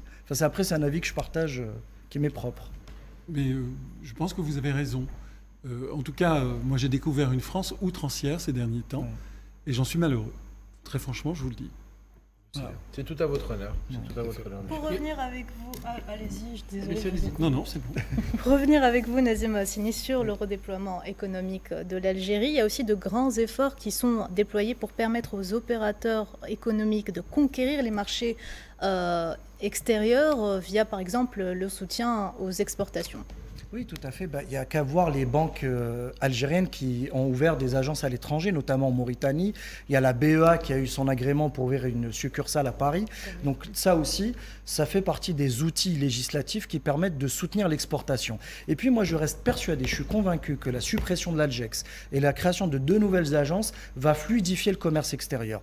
Il y a également, d'ailleurs, dans le rapport de la Banque mondiale dont parlait Mehdi, les experts de la Banque mondiale ont salué l'initiative de rapprochement des ports algériens. Donc il y a un système commun de transmission de l'information qui va permettre de dédouaner plus rapidement sa marchandise, surtout à l'importation, mais également de permettre de fluidifier l'exportation.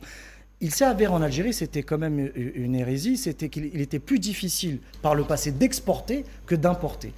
C'est en train de changer actuellement et le produit algérien est en train de franchir un cap, notamment en matière de qualité, puisqu'il répond aux standards internationaux. Il reste l'un des plus compétitifs du bassin méditerranéen et surtout, il est très sollicité par des marchés africains. Et moi, je reste persuadé que sur des produits de manufacture, produits électroménagers, le produit algérien a toute sa place sur les marchés européens. Que ce soit en Grèce, en Espagne, en Italie, etc. Et vous avez même des pneus, sans citer la marque, qui se sont retrouvés aux États-Unis. Vous avez des smartphones qui se sont retrouvés également sur des marchés allemands. Donc c'est pour vous montrer qu'il y a une véritable diversification. Et ces opérateurs-là, maintenant, il va falloir les accompagner. Je pense que vous avez raison sur une chose, c'est que nos opérateurs savent vendre, mais ne savent pas faire du marketing. Et je pense que c'est là où on doit faire des efforts pour marketer et améliorer notre branding ou notre country branding. C'est peut-être là qu'on pourrait faire intervenir la jeunesse algérienne, justement. Complètement. Justement, parce qu'on a remarqué que certains produits algériens jouissent quand même d'une popularité. Une très forte notoriété, oui, et puis ils sont très demandés. Mais ça va se faire à travers la jeunesse, à travers les réseaux sociaux. Je pense qu'il faut qu'on occupe un espace qu'on a laissé trop longtemps à des concurrents commerciaux, sachant que nous avons de meilleurs atouts. C'est ça qui est complètement fou. Mais il y a une volonté, il y a j'allais dire, une mise en branle de tout un écosystème économique, acteurs publics, acteurs privés, et il y a une solidarité, donc on fait j'allais dire, force commune, et ça c'est une première, c'est quelque chose qu'on n'a pas vu depuis plusieurs années. J'ajouterais aussi, il y a un apport significatif, notamment, qui a été élaboré, établi et implémenté par le président de la République, qui consiste, et vous avez évoqué tout à l'heure, 2 fléaux que le président de la République, dans son discours, a évoqué, et à maintes reprises d'ailleurs, et qui c'est d'ailleurs sa lutte et son combat perpétuel et au quotidien, à savoir la corruption et la bureaucratie. Donc il y a tout ce système, ce processus, ce dispositif de digitalisation, de numérisation notamment, qui va permettre, et d'ailleurs on le voit déjà, je parle tout en contrôle, ça permettra notamment pour l'exportation, mais surtout aussi pour les échanges commerciaux, pour les facturations. On a subi et souffert notamment de la surfacturation par le passé. Aujourd'hui c'est révolu, puisqu'on a ce dispositif qui se met en place, avec le rythme qu'il faut, mais en tout cas voilà, avec l'attachement au président de la République pour pouvoir le mettre en place rapidement, et ça permettra de faciliter, fluidifier tout ce dispositif d'exportation vers l'étranger et rassurer aussi les opérateurs économiques, y compris les IDE.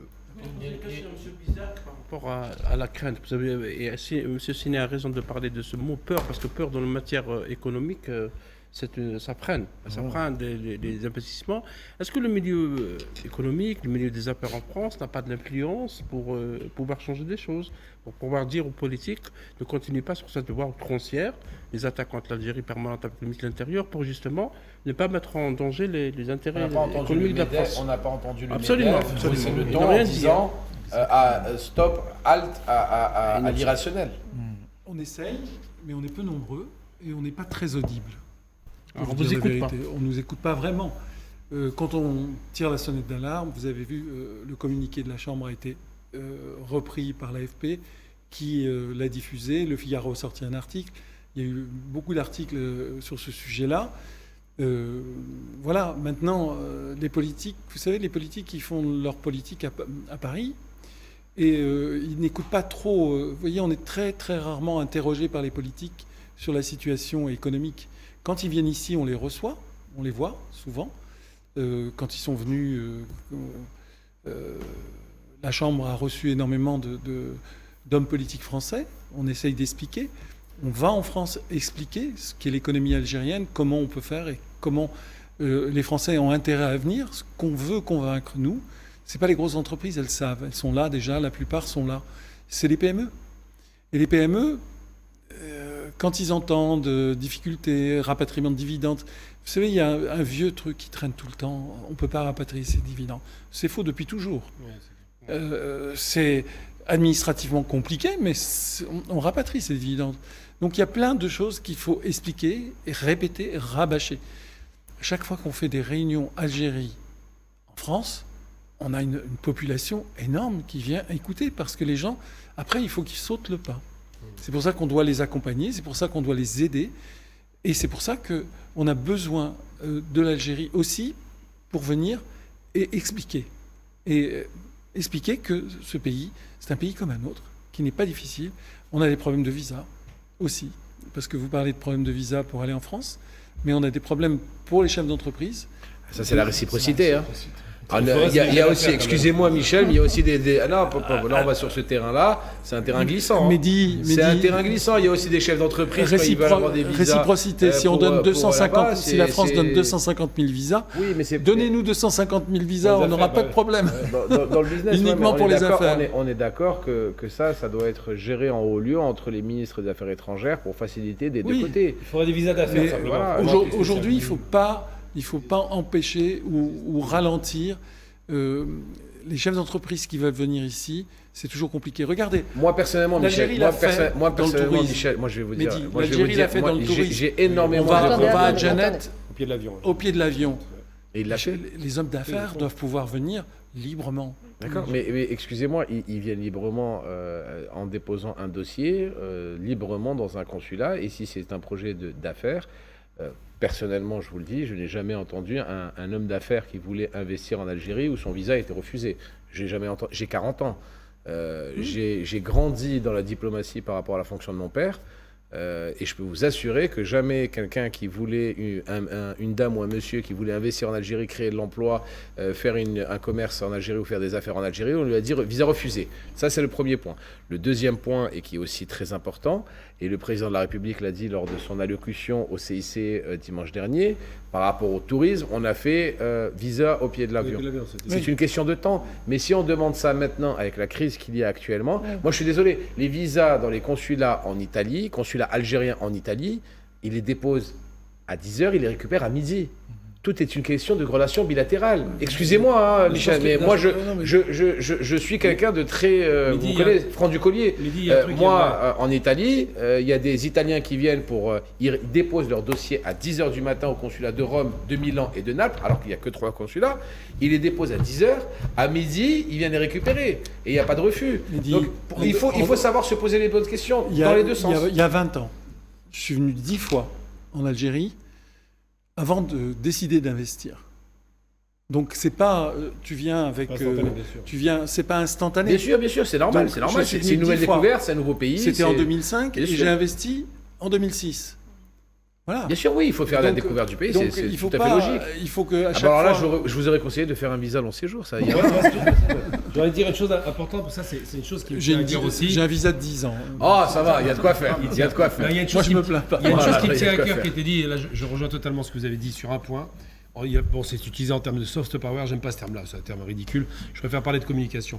Le déficit qu'on a, nous, c'est que soit on n'est pas de bons communicants, c'est la même chose, mais quand on dit communication, on parle d'entreprise. Et Gamal, votre intervention sera la dernière. Ce sera, voilà. Le déficit de communication, c'est ce qui fait qu'on a du mal à attirer effectivement les investisseurs en les rassurant. C'est-à-dire qu'on ne sait pas communiquer, on ne fait pas assez de plateformes, on ne simplifie pas la relation à l'autre. Et je pense que ce déficit-là, l'Algérie est le pays qui communique le moins bien en Afrique du Nord. C'est quelque chose qu'on doit rattraper, à mon avis. Et on a des experts pour ça. Je pense que ça se mettra en place. On est en train de rattraper notre retard. Sachez-le, c'est qu'il y a une volonté du gouvernement et du président de la République pour justement mieux faire connaître l'Algérie à travers son économie, à travers son territoire, à travers ses énergies, à travers tout ça.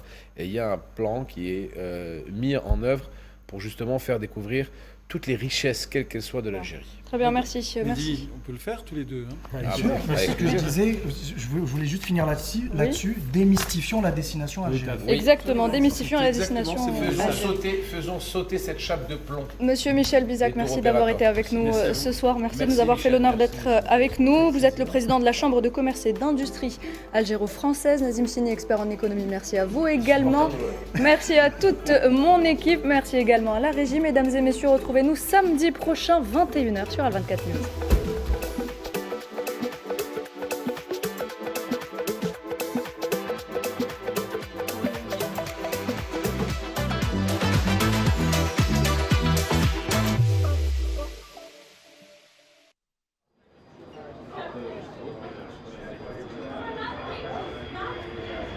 Attention.